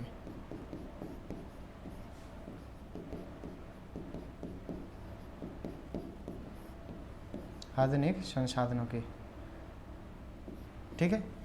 तो लिख लिया श्रम में पूंजी, इसमें श्रम का अधिक प्रयोग किया जाता है, पूंजी का प्रयोग कम होता है, सदस्यों के द्वारा की जाती है वह भी बिना आधुनिक संसाधनों के। तो इसमें श्रम क्या होता है? अधिक मात्रा में खर्च होता है। आगे बात करें कृषि संबंधित संस्थाएं एवं मशीनीकरण। बस सब तो नॉर्मल लिखते चलना है।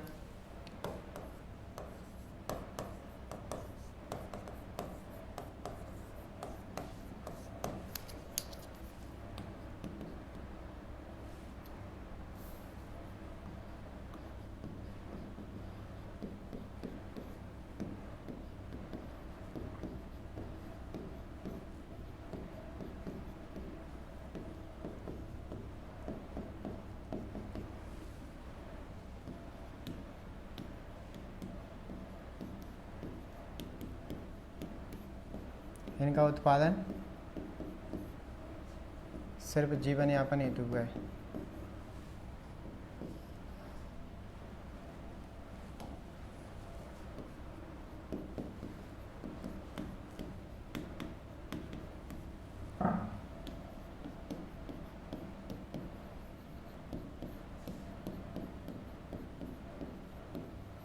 जीवन यापन हेतु किया जाता है। ठीक है। मशीनीकरण,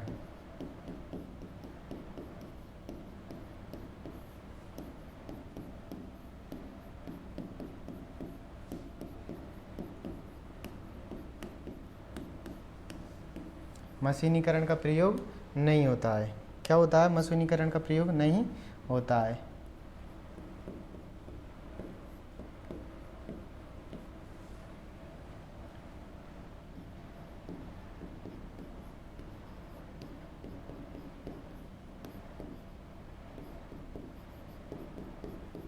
पुरानी या स्थानीय औजारों से कृषि करते हैं।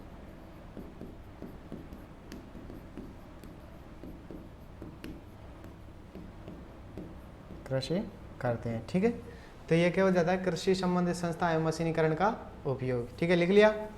यानी कृषि संस्था स्थापित नहीं की जाती है क्योंकि इतना उत्पादन होता ही नहीं है कि कृषि संबंधित संस्थाओं को स्थापित कर सकें। तो कृषि संबंधित संस्थाएं स्थापित नहीं की जाती हैं। इनका उत्पादन सिर्फ कितना होता है कि इससे अपने जीवन को चला सके। आगे मशीनीकरण का प्रयोग नहीं किया जाता क्योंकि ये अपने स्थानीय औजारों के द्वारा ही उत्पादन कार्य करते हैं। आगे चलते हैं हम। तो ये तो थी स्थानांतरित कृषि। कौन सी कृषि थी? स्थानांतरित कृषि। तो हमारी पहली कृषि हो जाती है स्थानांतरित कृषि। उसको हमने 5 आधारों पर रखकर देखा, विश्व में किन किन नामों से जाना जाता है उसको, इसके बारे में चर्चाएं की। मैं आपसे पूछ रहा हूँ एक क्वेश्चन, आप बताना स्थानांतरित कृषि से।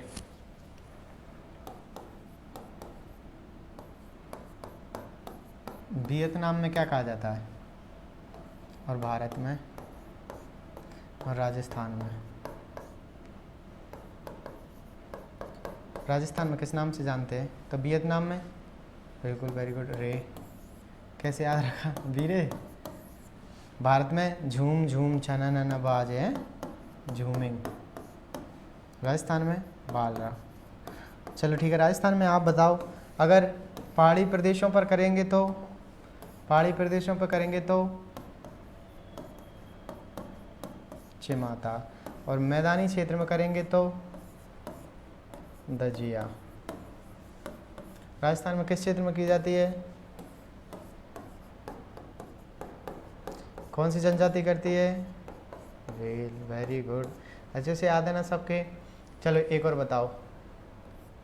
श्रीलंका।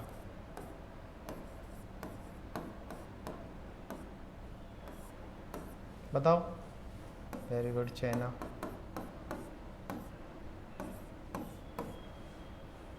क्या कहा जाता है? चाइना। चलो बताओ। थाईलैंड में?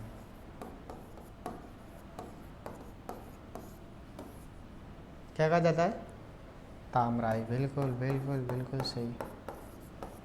क्या कहा जाता है? तामराई। चलो आप बताओ अब। आप बताओ। मैक्सिको में?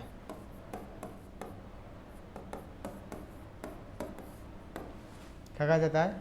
मिल्पा। Very good. तो ये इनके क्षेत्र थे, ऐसे क्वेश्चंस पूछे जाते हैं। ठीक है, अब नेक्स्ट डाल लीजिए आप। नेक्स्ट डालना है आपको भूमध्य सागरीय कृषि। ठीक है, ये हमारी पहली कृषि थी और अब नेक्स्ट है हमारी भूमध्य सागरीय कृषि। ये कृषि प्रदेश, ये कृषि 30 से 45 दोनों गोलार्धों में, यानी 30 डिग्री से लेकर 45 डिग्री दोनों गोलार्धों में की जाती है। दोनों गोलार्धों से तात्पर्य उत्तरी और दक्षिणी। कितने में? तो ये 30 से 45 में कितने की जाती है?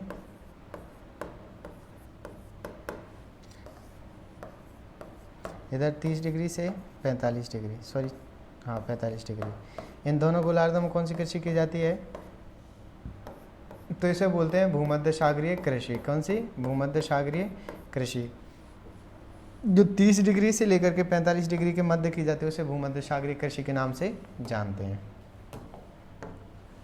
आगे महाद्वीपों के पश्चिमी भाग में, महाद्वीप है उसके पश्चिम भाग में, जैसे ये कोई महाद्वीप है तो इसके पश्चिम भाग में की जाती है कौन सी कृषि? तो भूमध्य सागरीय कृषि। विश्व स्तर पर 6 प्रमुख देश हैं, विश्व स्तर पर 6 प्रमुख देश हैं या 6 प्रमुख क्षेत्र हैं। भूमध्य सागरीय क्षेत्र एशिया, यूरोप, अफ्रीका के भाग। कौन के? एशिया, अफ्रीका, यूरोप के भाग। यूएसए का कैलिफोर्निया, मध्यवर्ती चिली, दक्षिण अफ्रीका,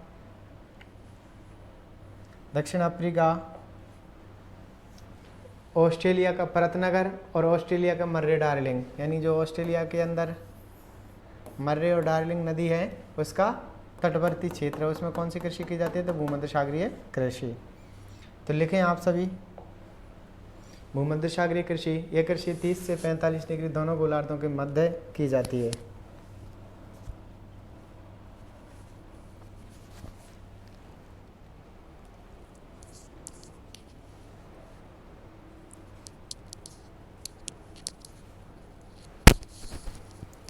हाँ लिख लो ऐसे कैसे। पश्चिमी भागों में की जाती है महाद्वीपों के।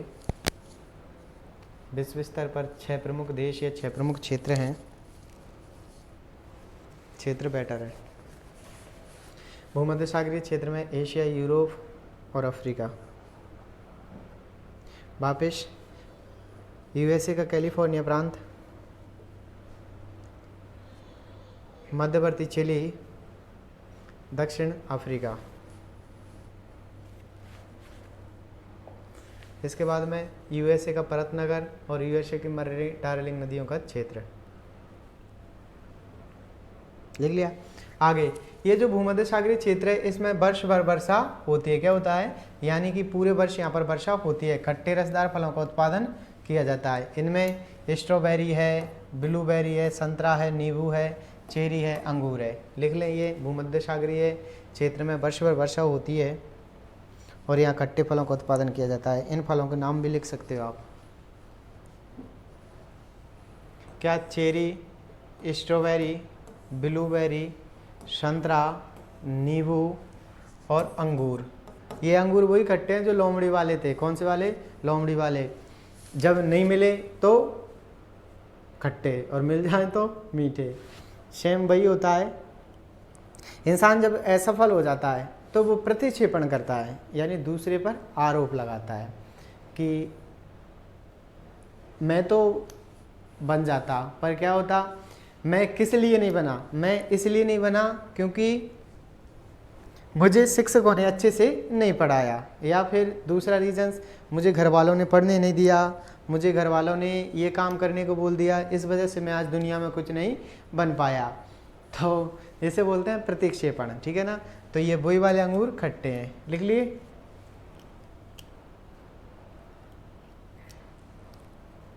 हाँ, बाद बाकी वो अभी तक याद होगी डेयरी वाली बात, विंडल लेने का। और जैसे ही उसने उस लड़की को देखा, मेरी नहीं है, मेरी नहीं है, मैंने तो दूध मांगा था, आपने विंडल दे दिया मुझे। तो वो वाली बात है ना? होना भी चाहिए। चले आगे।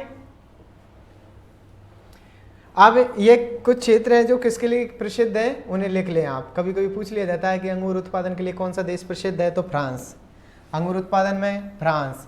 स्पेन है हमारा नारंगी में। किसमें? नारंगी स्पेन की, इस फ्रांस के अंगूर। फ्रांस के अंगूर से एक और क्वेश्चन आ रहा है आपके यहाँ पर कि जो सैम्पियन शराब है, सैम्पियन शराब है, वो फ्रांस की राजधानी पेरिस।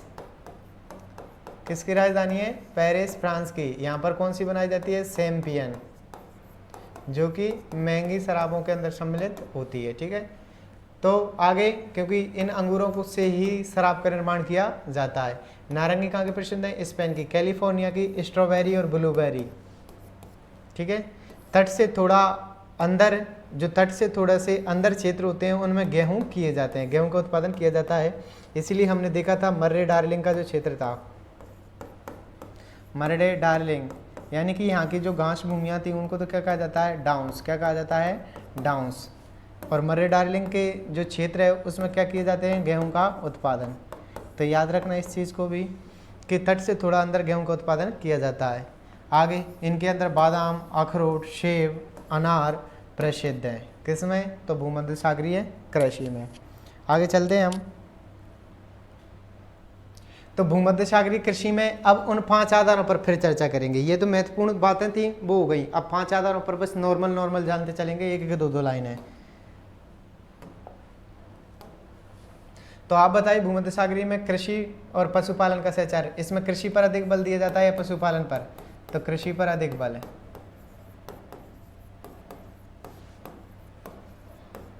कृषि पर अधिक बल दिया जाता है, बिल्कुल फास्ट लिखते चलें साथ में, तथा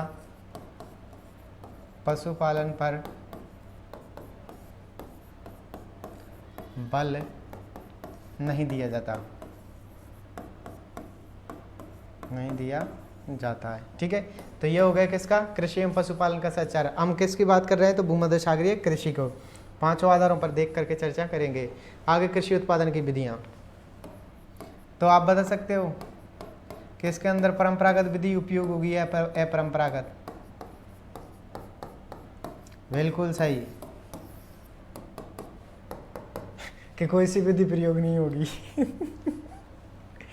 तो कृषि उत्पादन की विधियों में कौन सी होगी? परंपरागत या अपरंपरागत? तो हमने देखा था यहाँ पर फलों का उत्पादन किया जाता है और उनको पुराने आधार या पुरानी परंपराओं के आधार पर या पुरानी कृषि के आधार पर नहीं किया जाता। परंपरागत विधियों का प्रयोग लेकिन परंपरागत विधियों का प्रयोग नहीं किया जाता। यानी नई जो आधुनिक टेक्नोलॉजी है, अब एक तो नारंगी लग गई, तो नारंगी से पेड़ से अगर नारंगी तोड़ने लग जाएं, स्पेन वाले अगर नारंगी तोड़ने लग जाएं तो कितना श्रम चाहिए, जबकि मशीनों की सहायता से 1 मिनट के अंदर आप चाहो उतनी नारंगियाँ तोड़ सकते हो। तो क्या याद रखना है इसमें, जो अपरंपरागत से क्या याद रखना है, तुम तो मॉडर्न याद रखा करो, मॉडर्न एग्रीकल्चर।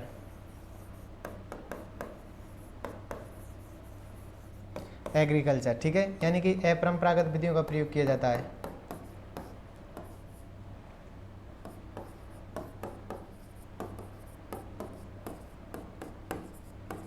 अपरंपरागत विधियों का प्रयोग किया जाता है।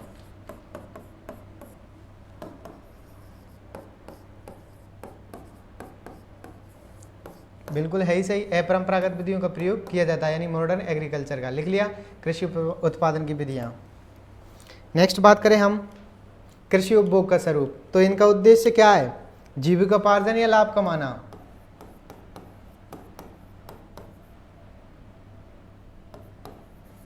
हाँ सोचो सोचो,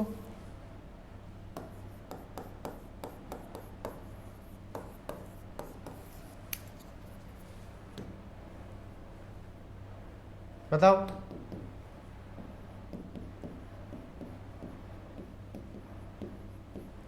अब ऐसा तो है नहीं कि इसने संतरे के बाग लगा लिए और संतरे के बाग लगा के सारे घर वाले खाना वाना बंद करके सिर्फ संतरे ही संतरे खाते रहे, है ना। तो ये संतरे हो जाएंगे, अगर ये संतरे खाते रहे तो इनके संतरे बन जाएंगे। तो इनका उद्देश्य लाभ के लिए किया जाता है, यानी इनको उत्पादन करने के बाद में मार्केट में बेचा जाएगा।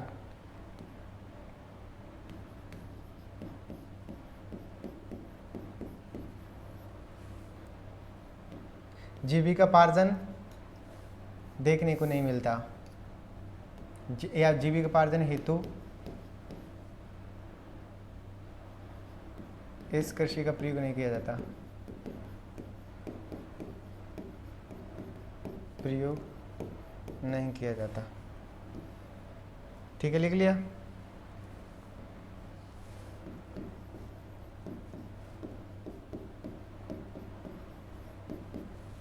चले आगे। नेक्स्ट है श्रम व पूंजी। अब आप मुझे बताओ श्रम और पूंजी को।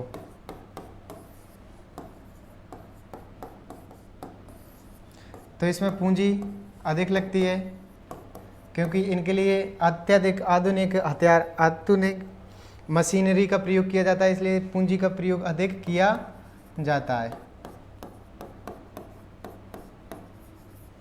और श्रम भी देखने को मिलता है, श्रम भी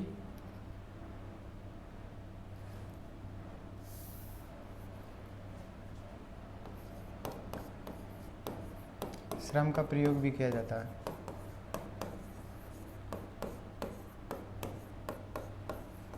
क्योंकि जब अधिक मात्रा में उत्पादन होगा तो वृक्षों की लगाने के लिए, उनकी देखभाल करने के लिए भी श्रम की आवश्यकता पड़ेगी, लेकिन पूंजी की अत्यधिक आवश्यकता होती है। क्योंकि क्या होता है, इनके अंदर जो फल हैं उनका उत्पादन करने के लिए हमें हाइब्रिड टेक्नोलॉजी का प्रयोग करना पड़ेगा, हाइब्रिड बीजों का प्रयोग करना पड़ेगा, हाइब्रिड दवाइयों का प्रयोग करना पड़ेगा, तब जा करके हम क्या कर सकते हैं, इनका उत्पादन कर सकते हैं। इसलिए पूंजी का अधिक प्रयोग किया जाता है। नेक्स्ट, तो ये हो गया श्रम व पूंजी का विनियोग। नेक्स्ट बात करें हम कृषि संबंधित संस्था एवं मशीनीकरण। तो संस्था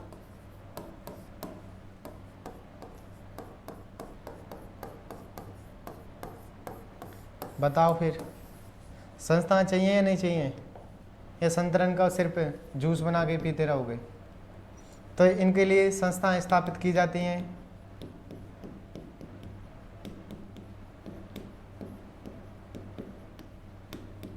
की जाती हैं क्योंकि इनसे संबंधित जो भी शोध किए जाते हैं या इनकी नई किस्मों का इजाद किया जाता है, इनको रखने के लिए कोल्ड स्टोरेज की आवश्यकता होती है, तो उन्हें क्या, उनकी संस्थाओं की स्थापना की जाती है। मशीनीकरण का प्रयोग अधिक किया जाता है।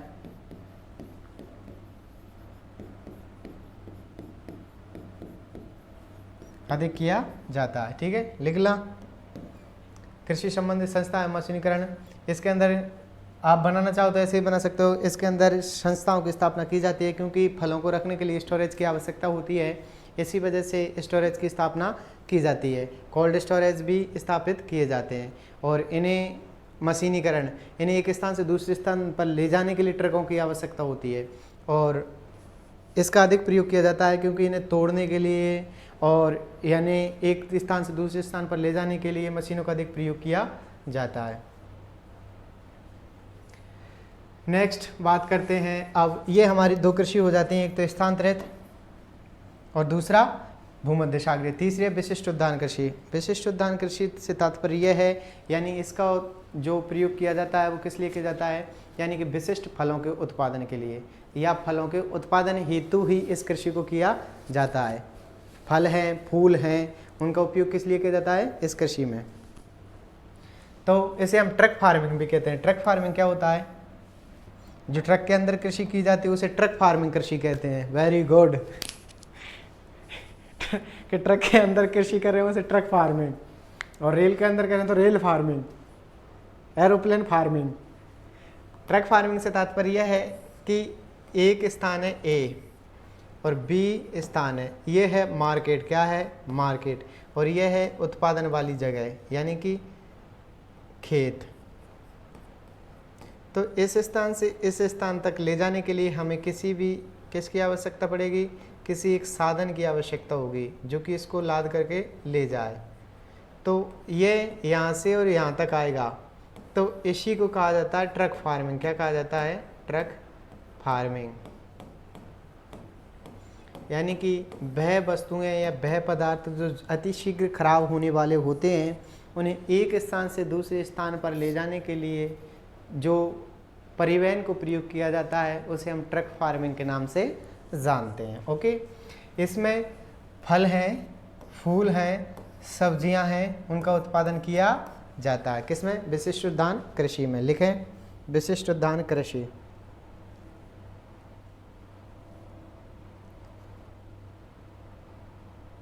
लिख लिया, आगे लिख लें ट्रक फार्मिंग। यदि शीघ्र खराब होने वाली वस्तुओं को एक स्थान से दूसरे स्थान पर ले जाने के लिए जिसका प्रयोग किया जाता है उसे ट्रक फार्मिंग कृषि कहा जाता है। आगे लिखें फल, इसमें फल फूल सब्जियों का उत्पादन अधिक किया जाता है। चलें आगे।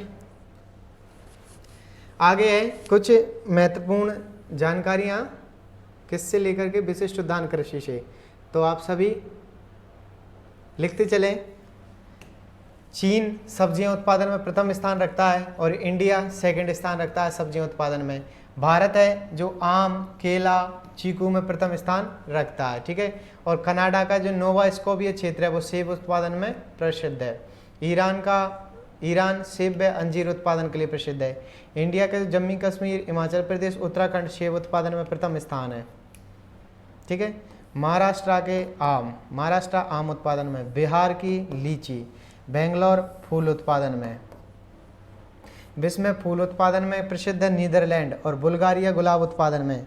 बुल्गारिया गुलाब उत्पादन में, नीदरलैंड फूल उत्पादन में, बेंगलोर फूल उत्पादन में, महाराष्ट्र आम में, बिहार लीची में, और जो जम्मू कश्मीर, हिमाचल प्रदेश और उत्तराखंड है सेब उत्पादन में। चीन सब्जी उत्पादन में प्रथम स्थान पर, भारत सेकंड स्थान पर, भारत आम, केला, चीकू में प्रथम स्थान पर, और कनाडा का जो नोवा स्कोपिया सेब प्रसिद्ध क्षेत्र है वो सेब उत्पादन में, और ईरान का सेब व अंजीर उत्पादन में। लिखो इनको।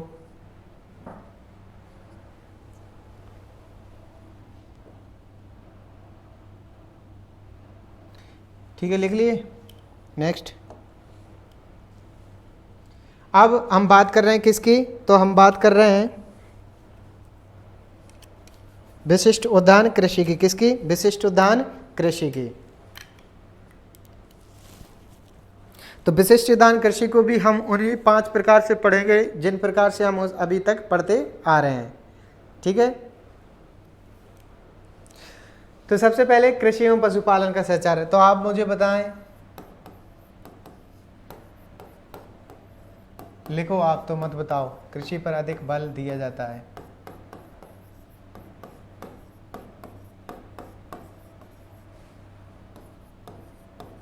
पशुपालन पर नहीं।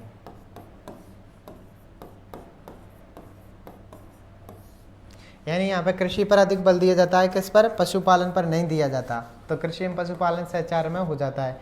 अभी हम किसका अध्ययन कर रहे हैं? तो विशिष्ट उद्यान कृषि का। चले नेक्स्ट है कृषि उत्पादन की विधियां। तो आप मुझे बताओ, परंपरागत या अपरंपरागत?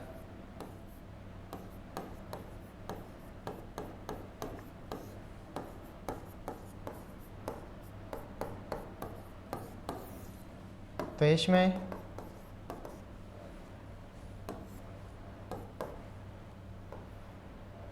अपरंपरागत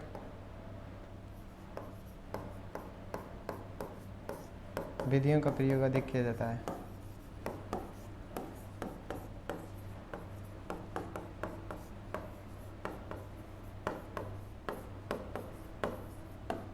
अधिक किया जाता है, जबकि परंपरागत का कम।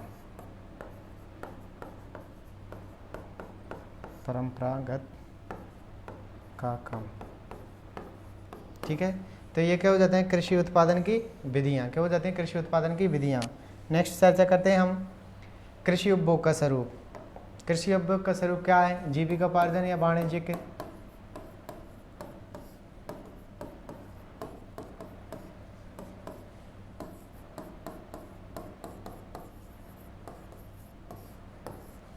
ठीक है,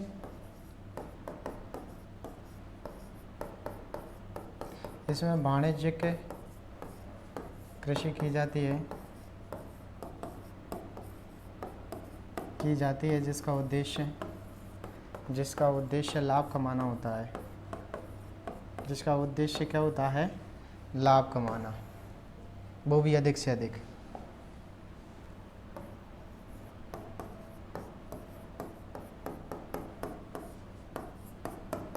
लाभ कमाना होता है, यह जीविकोपार्जन नहीं है।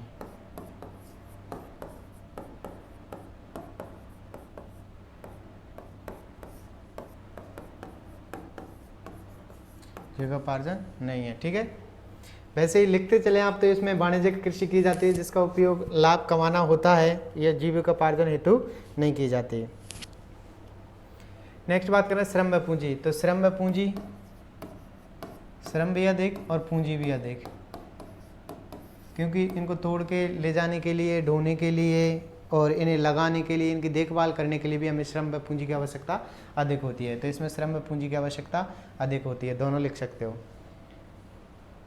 विशिष्ट उद्यान कृषि में श्रम व पूंजी की आवश्यकता अधिक होती है।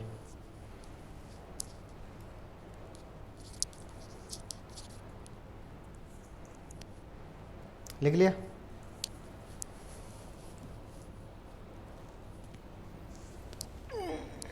बिल्कुल बिल्कुल।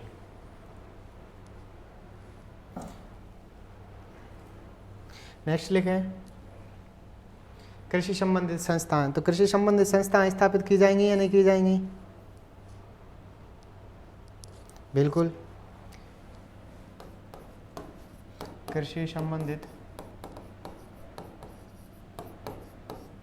संस्थाओं की स्थापना की जाती है।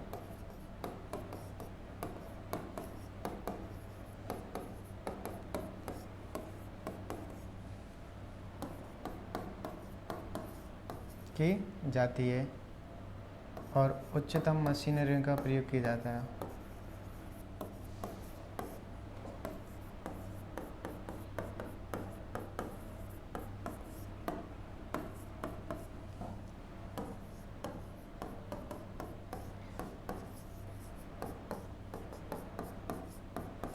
किया जाता है। ठीक है, नेक्स्ट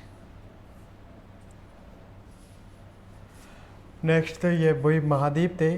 तो ये तो थी आज की क्लास अपनी, जिसमें हमने विश्व के प्रमुख कृषि प्रदेशों को लेकर के चर्चाएं की थी, जिसमें हमने कृषि प्रदेशों के विभाजन से लेकर के आधार, कृषि प्रदेशों के प्रकार को जाना था। आधार कितने थे?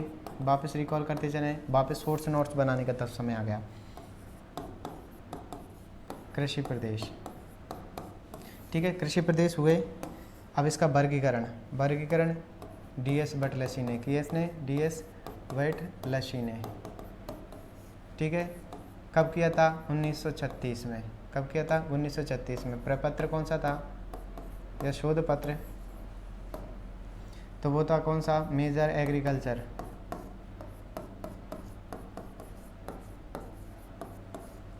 Major agriculture of world, region of world, sorry,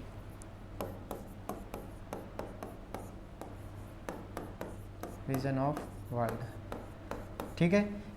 ये पहले बात कर ली थी। फिर इसने क्या कहा था? DS बटलसी साहब ने कहा था कि 5 आधार बताए इन्होंने। कौन कौन से थे वो 5 आधार? अभी चर्चाएं करें खूब। कृषि के प्रकार कितने बताए थे? 13। कितने कृषि प्रदेशों में बांटा है? 13 कृषि प्रदेशों में बांटा है, ठीक है। तो इनके बारे में हमने और चर्चाएं कर ली थी। फिर इसके बाद में हमने पढ़ा था, इनको पढ़े आधारों को। आधारों में तो आप बता सकते हो कृषि एवं पशुपालन में सहचार्य, कृषि उत्पादन की विधियाँ, कृषि उपभोग का स्वरूप, श्रम व पूंजी का विनियोग, और लास्ट में हमारा कौन सा? तो लास्ट में बचता है हमारा कृषि संबंधित संस्थाएं एवं मशीनीकरण।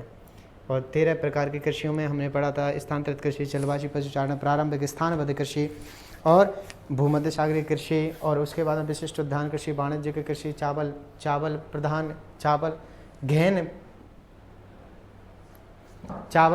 गहन कृषि और चावल प्रधान विहीन कृषि। इसके बाद में पढ़ा था हमने कृषि, वाणिज्यिक कृषि, वाणिज्यिक डेयरी कृषि, वाणिज्यिक पशुपालन कृषि, वाणिज्यिक मिश्रित कृषि, वाणिज्यिक डेयरी कृषि। तो ये हम 13 प्रकार की कृषियों के बारे में पढ़ा था। स्थानांतरित कृषि को हमने पढ़ लिया, जीविकोपार्जन, स्थानबद्ध कृषि। तो इन कृषियों के प्रदेशों के बारे में आप चाहो तो शॉर्ट्स नोट्स में थोड़े से लिख सकते हो इनके बारे में। फिर सेकंड पढ़ा था हमने स्थानांतरित कृषि में। किसमें? स्थानांतरित कृषि को जाना था। यह वह कृषि होती है जो एक स्थान से दूसरे स्थान पर की जाती है। लिखिए चलते चलो।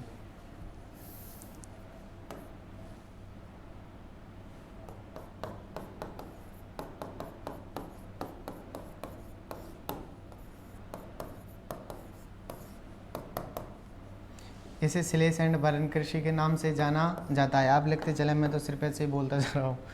इसे कीर्तन दहन कृषि के नाम से भी जाना जाता है। रिकॉल करते चलें, ठीक है। इसको बात करें, इसके अलग अलग क्षेत्रों में अलग अलग नामों से भी जाना जाता है। इसे आदिवासियों की कृषि के नाम से जाना जाता है, प्राचीन कृषि के नाम से जाना जाता है, प्राचीन कृषि के नाम से जाना जाता है।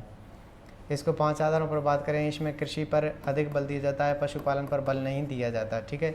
इसके बाद में बात करें, इसमें परंपरागत विधियों का प्रयोग किया जाता है, अपरंपरागत विधियों का प्रयोग नहीं किया जाता। इसमें श्रम अधिक होता है, पूंजी कम होती है। इसके अंदर बात करें, मशीनों का प्रयोग अधिक कम होता है और कृषि संबंधित संस्थाएं भी देखने को नहीं मिलती हैं। आगे बात करें तो आगे एक और बचता है हमारा कौन सा वाला? तो एक बचता है हमारा इसमें कृषि उपभोग का स्वरूप, यानी कि इसका जीविकोपार्जन होता है, ना कि वाणिज्यिक। वाणिज्यिक नहीं होता, सिर्फ जीविकोपार्जन होता है कृषि में, स्थानांतरित कृषि के अंदर, ठीक है। बात करें इसको अन्य क्षेत्रों में, कई क्षेत्रों में कई नाम से जाना जाता है। जैसे बात करें मध्य अमेरिका, मैक्सिको में मिल्पा के नाम से जाना जाता है। ब्राज़ील में रोका के नाम से जाना जाता है।